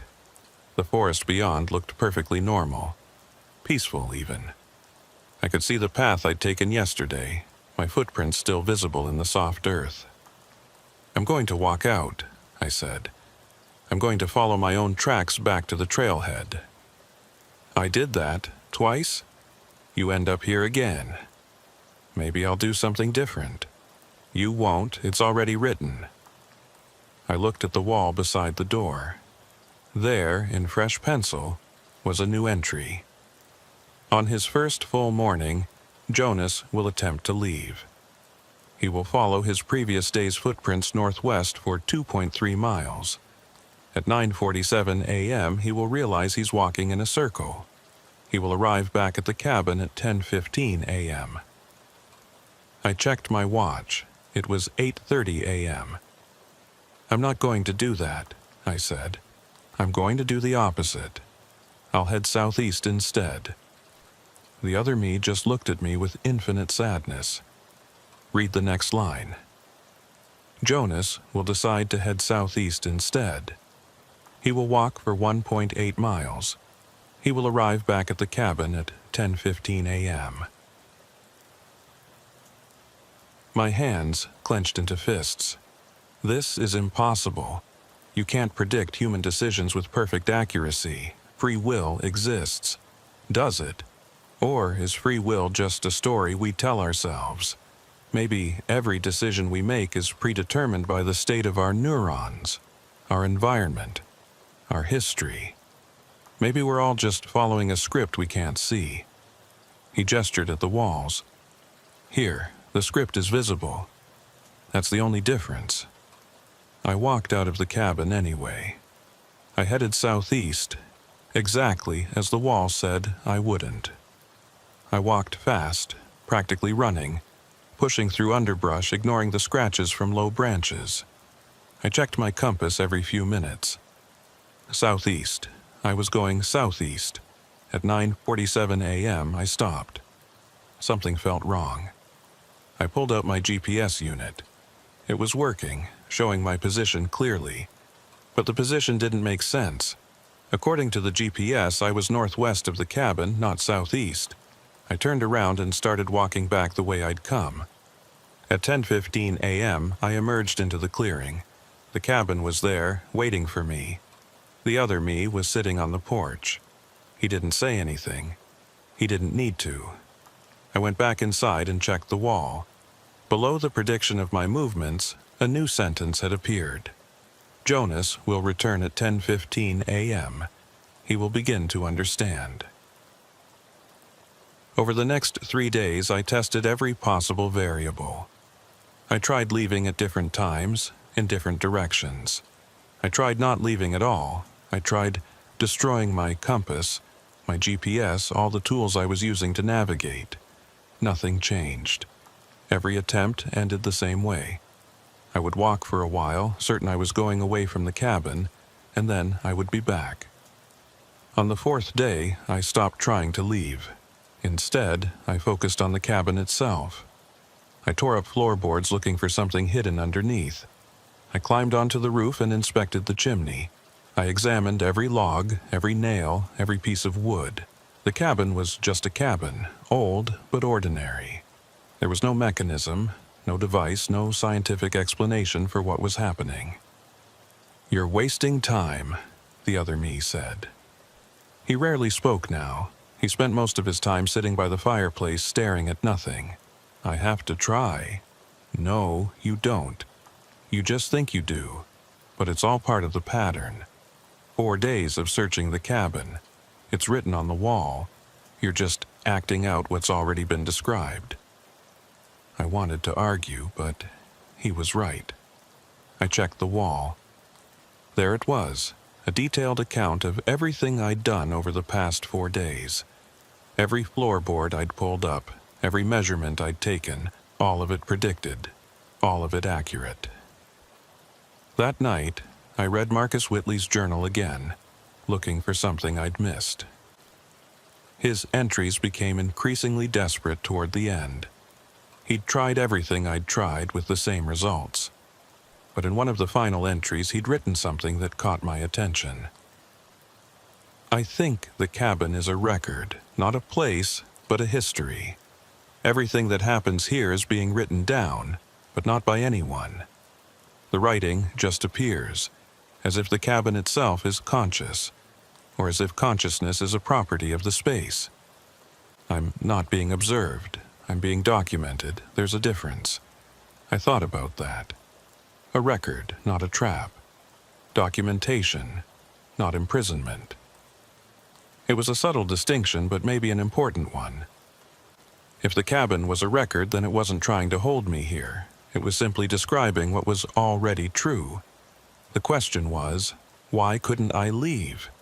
Was it because the cabin prevented me, or because leaving was no longer something that existed in my future? I went outside and looked at the forest. The moon was nearly full, casting silver light between the trees. Somewhere out there was the regular world, where cause preceded effect, where the future was unwritten. But I couldn't reach it. Not from here. Seraphine figured something out, I said. The other me had followed me outside. We stood together in the clearing, two versions of the same person, separated by 3 weeks of impossible time. What makes you think that? Because she's not here. The wall says she walked into the forest and disappeared. Her footprints ended. That means she found a way out. Or it means she died. The wall would have said that. It says everything else. Why would it omit her death? The other me considered this. For the first time in days, I saw something like hope flicker across his face. What are you thinking? I'm thinking the cabin's record is complete. It describes everything that happens within its boundaries. But Seraphine stopped being describable. She found a way to become unwritten. How? I don't know yet. But I'm going to find out. I spent the next week reading everything Seraphine Mott had written on the walls. Her entries were scattered throughout the cabin, mixed in with descriptions of other people, other times. But I started compiling them, arranging them chronologically, trying to understand her thought process. Seraphine had been meticulous. She'd documented not just what happened to her, but her analysis of it. She was a trained investigator, and she treated the cabin like a case. Day 8. The writing on the walls isn't just predictive. It's recursive. It describes itself describing things. For example, Seraphine reads the sentence about Seraphine reading a sentence about Seraphine reading a sentence. The recursion goes down several levels. This suggests the cabin exists in multiple temporal layers simultaneously. Day 11. Tested time dilation effects. My watch shows 24 hours passing, but the sun position suggests only 18 hours. The discrepancy is increasing. Time inside the cabin is running slower than time outside, or faster. Hard to tell which is the reference frame.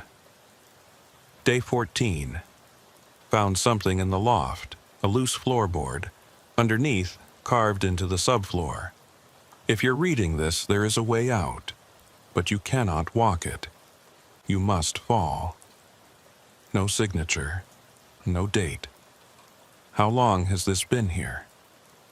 I went up to the loft and found the loose floorboard. I pried it up. There was the carving, exactly as Seraphine had described. The wood was old, the letters worn. This message had been here for decades, maybe longer. You must fall. What does that mean? I asked the other me. He'd followed me up to the loft. We were spending more time together now, the two of us. The separation between us was becoming less distinct. Sometimes I couldn't remember if something had happened to me 3 days ago or 3 weeks ago. We were merging, or maybe we'd always been the same person and the distinction had been an illusion. Maybe it's metaphorical, he suggested. Fall from grace, fall from understanding, let go of something. Or maybe it's literal.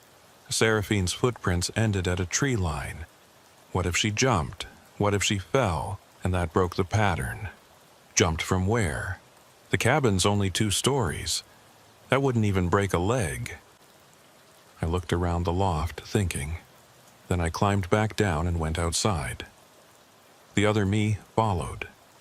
We walked the perimeter of the clearing, looking at the trees. There, I said, pointing. At the edge of the clearing, one of the white pines was significantly taller than the others. It had to be 80 feet high, maybe more.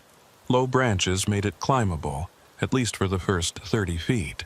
After that, it got more difficult.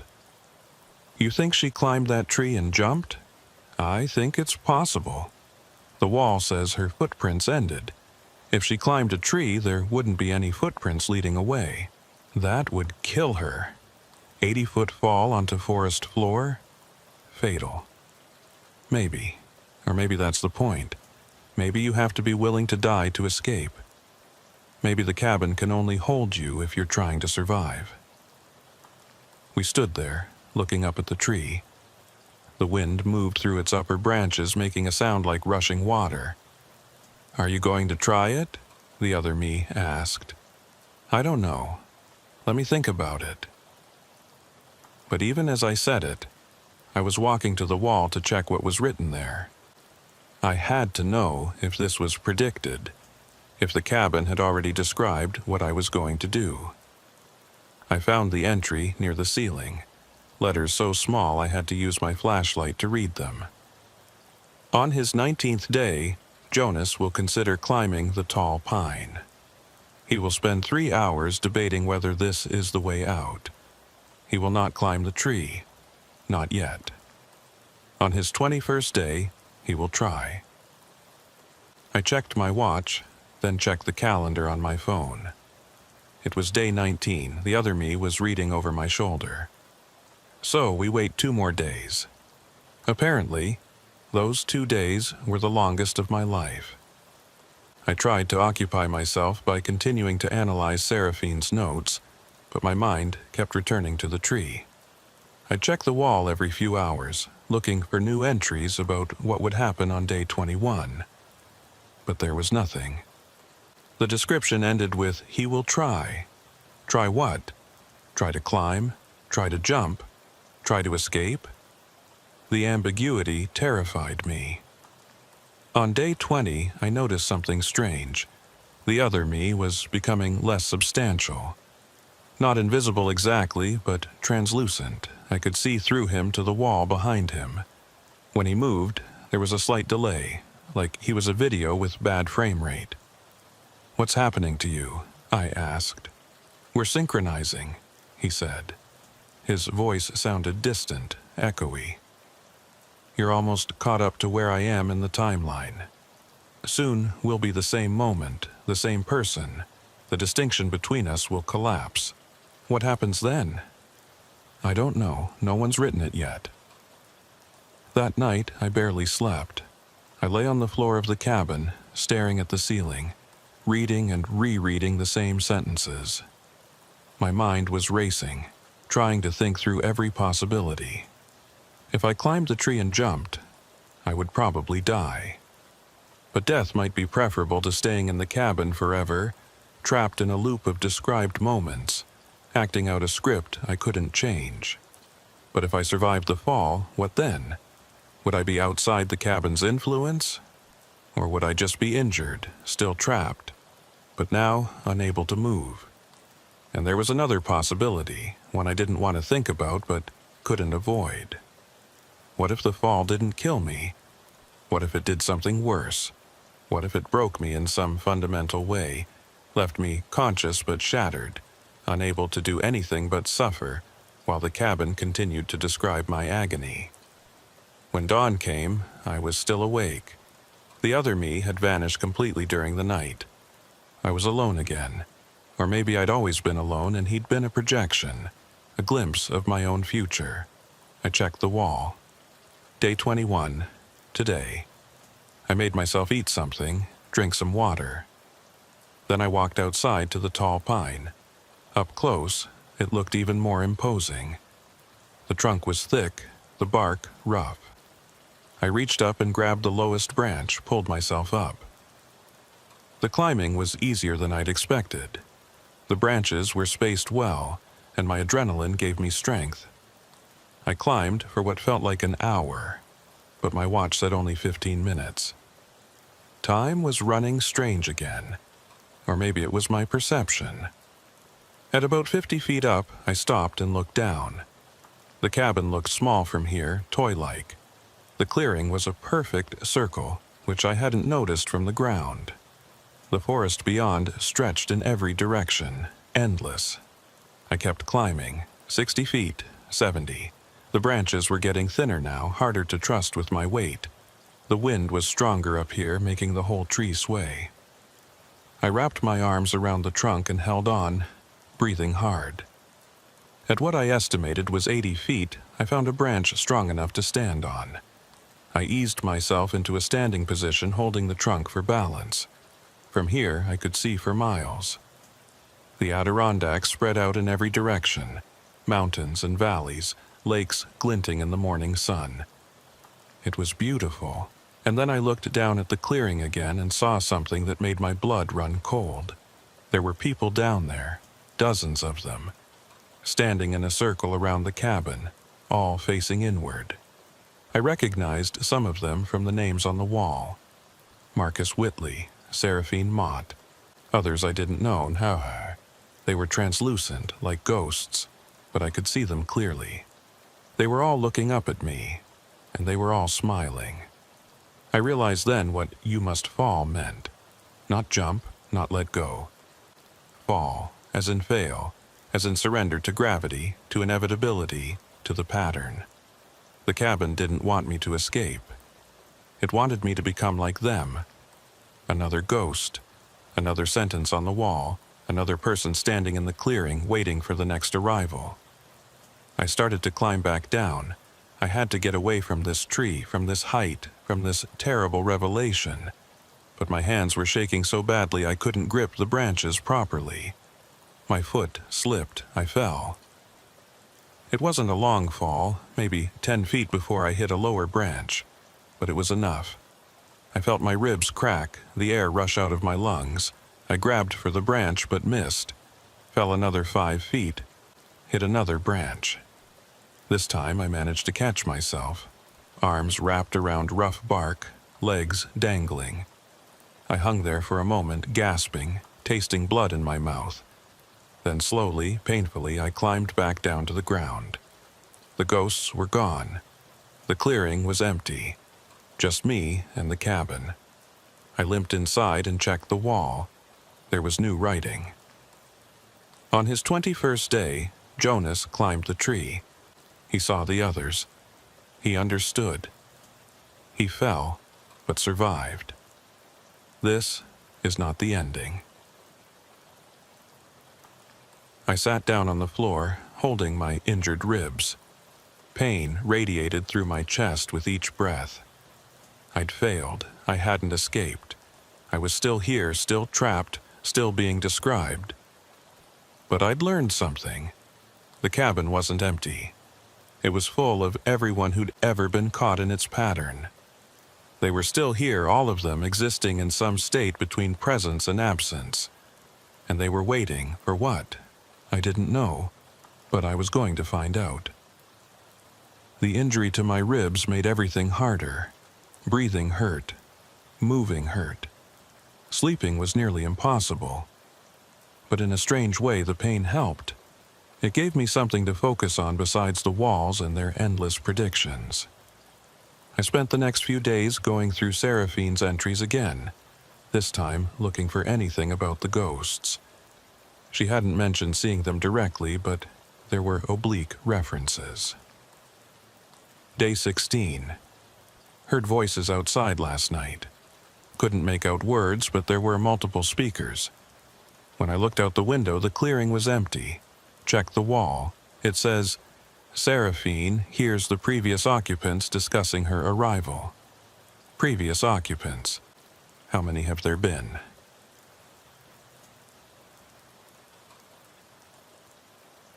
Day 19.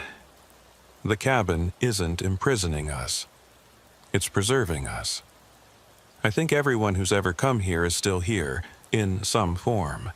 We become part of the record, part of the pattern.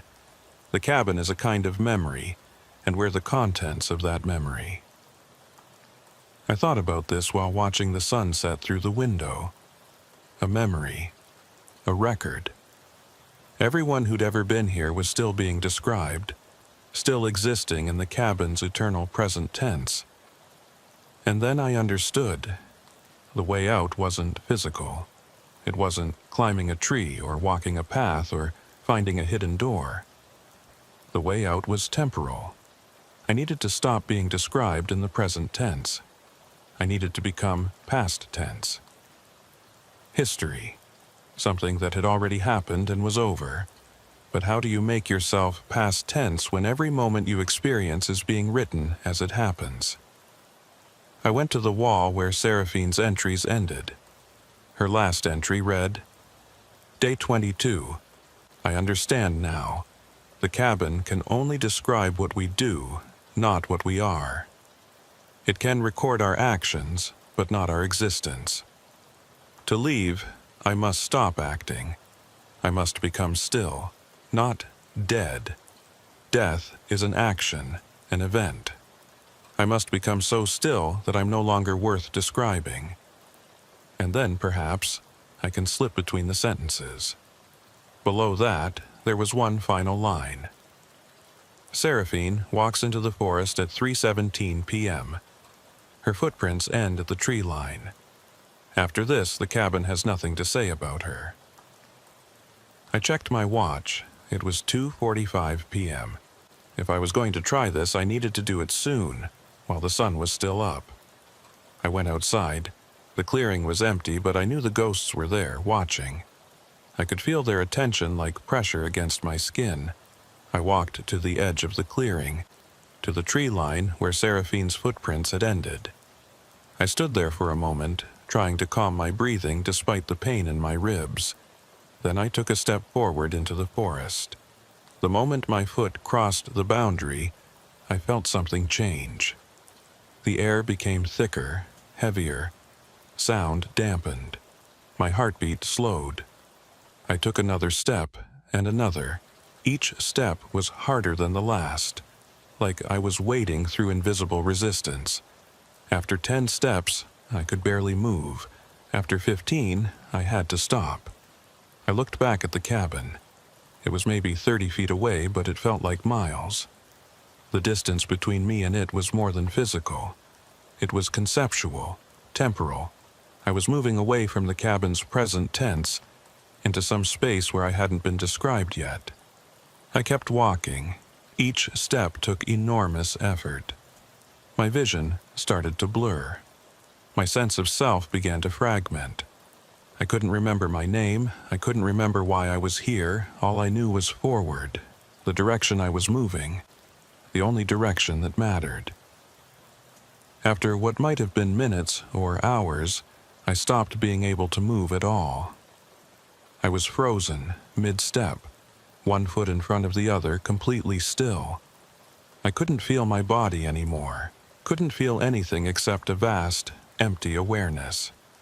And then I heard something, a voice, many voices, the ghosts speaking in unison. Jonas Mercer stops moving at 4:23 p.m. He becomes still. He stops being describable. And then, the sentence ended. The voices fell silent. I stood there in that impossible stillness for a length of time I can't measure. Maybe seconds, maybe years. And then, slowly, I started to feel something. Not my body, not the forest, but something else. A loosening, like I was coming untethered from the pattern, from the script, from the endless description. I felt myself beginning to fall away from the cabin's timeline, not forward into the future, not backward into the past, but sideways into some direction that didn't have a name. The last thing I remember is the clearing, the cabin, the forest, all of them starting to fade like an old photograph left in the sun. And then nothing. I woke up on the trail half a mile from the parking area where I'd left my car. It was dawn. My watch said I'd been gone for 24 days. My ribs still hurt. My clothes were torn and dirty. I had Marcus Whitley's journal in my backpack and my own notes about everything I'd experienced. But when I checked my GPS, it showed no record of the cabin. The coordinates I'd marked pointed to empty forest. I hiked back to my car and drove to the nearest town. Called Levi Quayle from a payphone because my satellite phone still wasn't working. "Mercer," he said, "where the hell have you been? We've had teams searching for you for 3 weeks." "I found Marcus Whitley," I said. "Or rather, I found where he went. I need to debrief in person. This isn't something I can explain over the phone." "Are you injured?" "Broken ribs, but I'm okay. Get to a hospital. I'll meet you there." I spent 2 days in the hospital in Albany while they x-rayed my ribs and ran every test they could think of. Physically, I was fine, except for the injury. But the doctors were concerned about psychological trauma. They kept asking me if I remembered what happened, if I'd hit my head, if I'd been disoriented. I told them I remembered everything. That was the problem. Levi came to see me on the 3rd day. I gave him Marcus's journal and my own notes. I told him everything. The cabin, the writing on the walls, the ghosts. Seraphine's final entries. How I'd escaped by becoming still, by stopping being describable. He listened without interrupting. When I finished, he was quiet for a long time. "This is going to be classified," he finally said. "Above, top secret. No one can know about this." "Why?" "Because if this gets out, every crackpot and thrill-seeker in the country will go looking for that cabin, and they'll find it because it wants to be found. That's how it propagates. Someone disappears, someone goes looking, the pattern continues. So, what do? We do nothing. We close the case. Marcus Whitley is officially missing, presumed dead. You were lost in the wilderness for 3 weeks and found your way out. That's the official story. The real story stays between us." "And Seraphine?" Levi's expression darkened. Seraphine understood the risk. She knew what she was looking for. Maybe she found a way out like you did. Maybe she didn't. Either way, she's gone. He stood up to leave, then paused at the door. "Mercer, I'm taking you off field work for a while. You need rest. You need therapy. What you experienced." He shook his head. "No one should have to go through that." "I'm fine." "No, you're not. But you will be. Give it time." He left.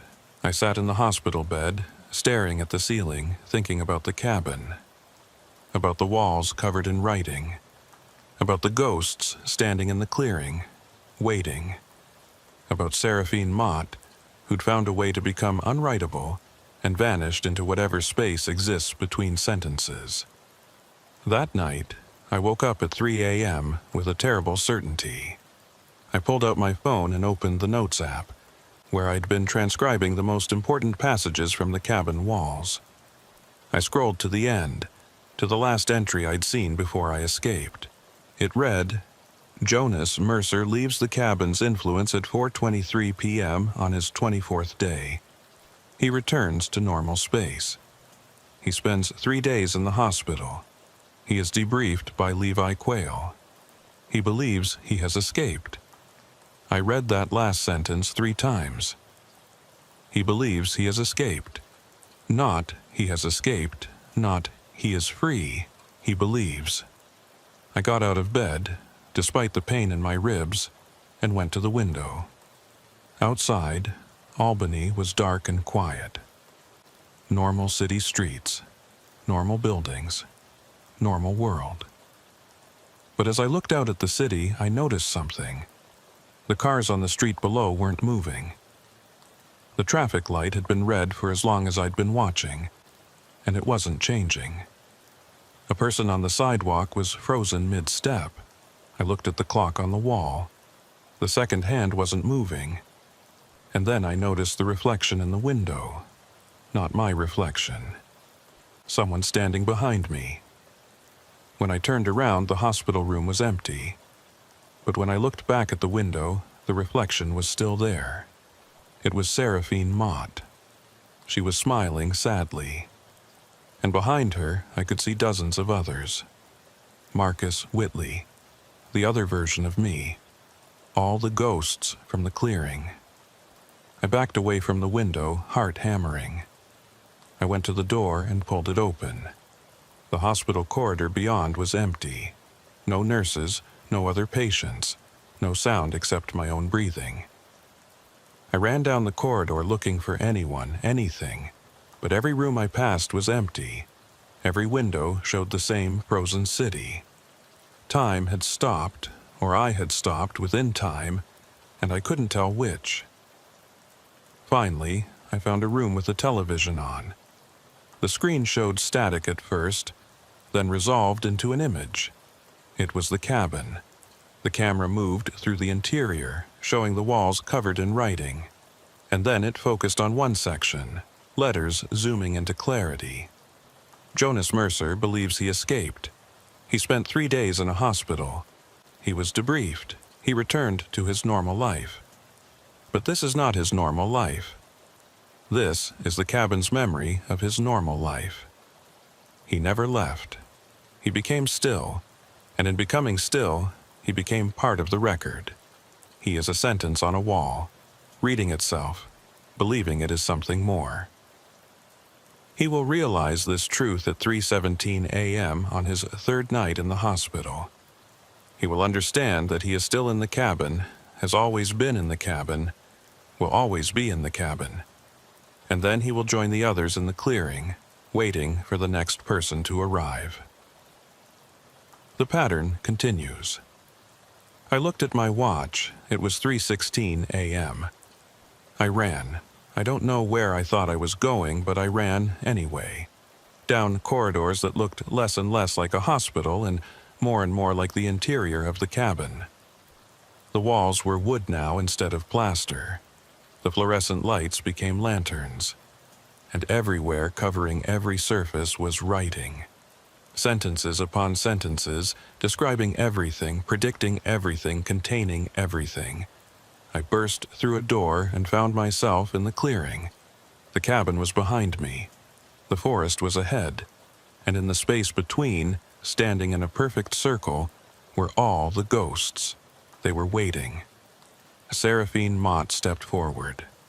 "Welcome back, Jonas," she said. "We knew you'd figure it out eventually." "This isn't real," I whispered. "I escaped. I got out." "You became still," she said gently.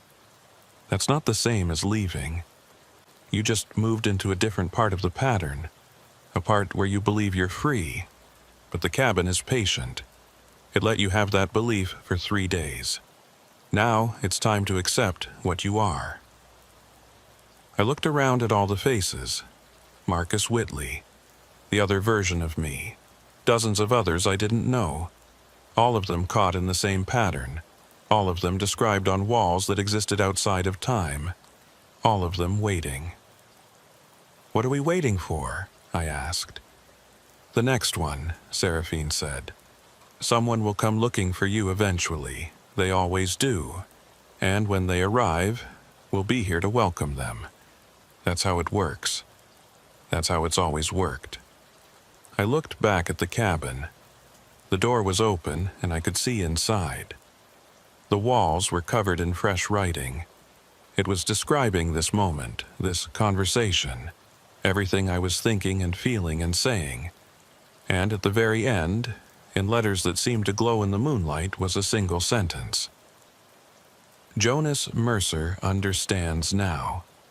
He takes his place in the clearing. He waits." I felt something shift inside me. The resistance, the fear, the desperate need to escape. It all drained away. I understood what Seraphine had meant. We weren't imprisoned, we were preserved. We were the cabin's memory. And memory doesn't escape itself. It just is. I walked to the circle and found my place among the others. We stood there together, faces turned towards the forest, waiting. Somewhere out there, someone was wondering what happened to Jonas Mercer. Eventually, they would come looking. They would find the cabin. They would read the walls.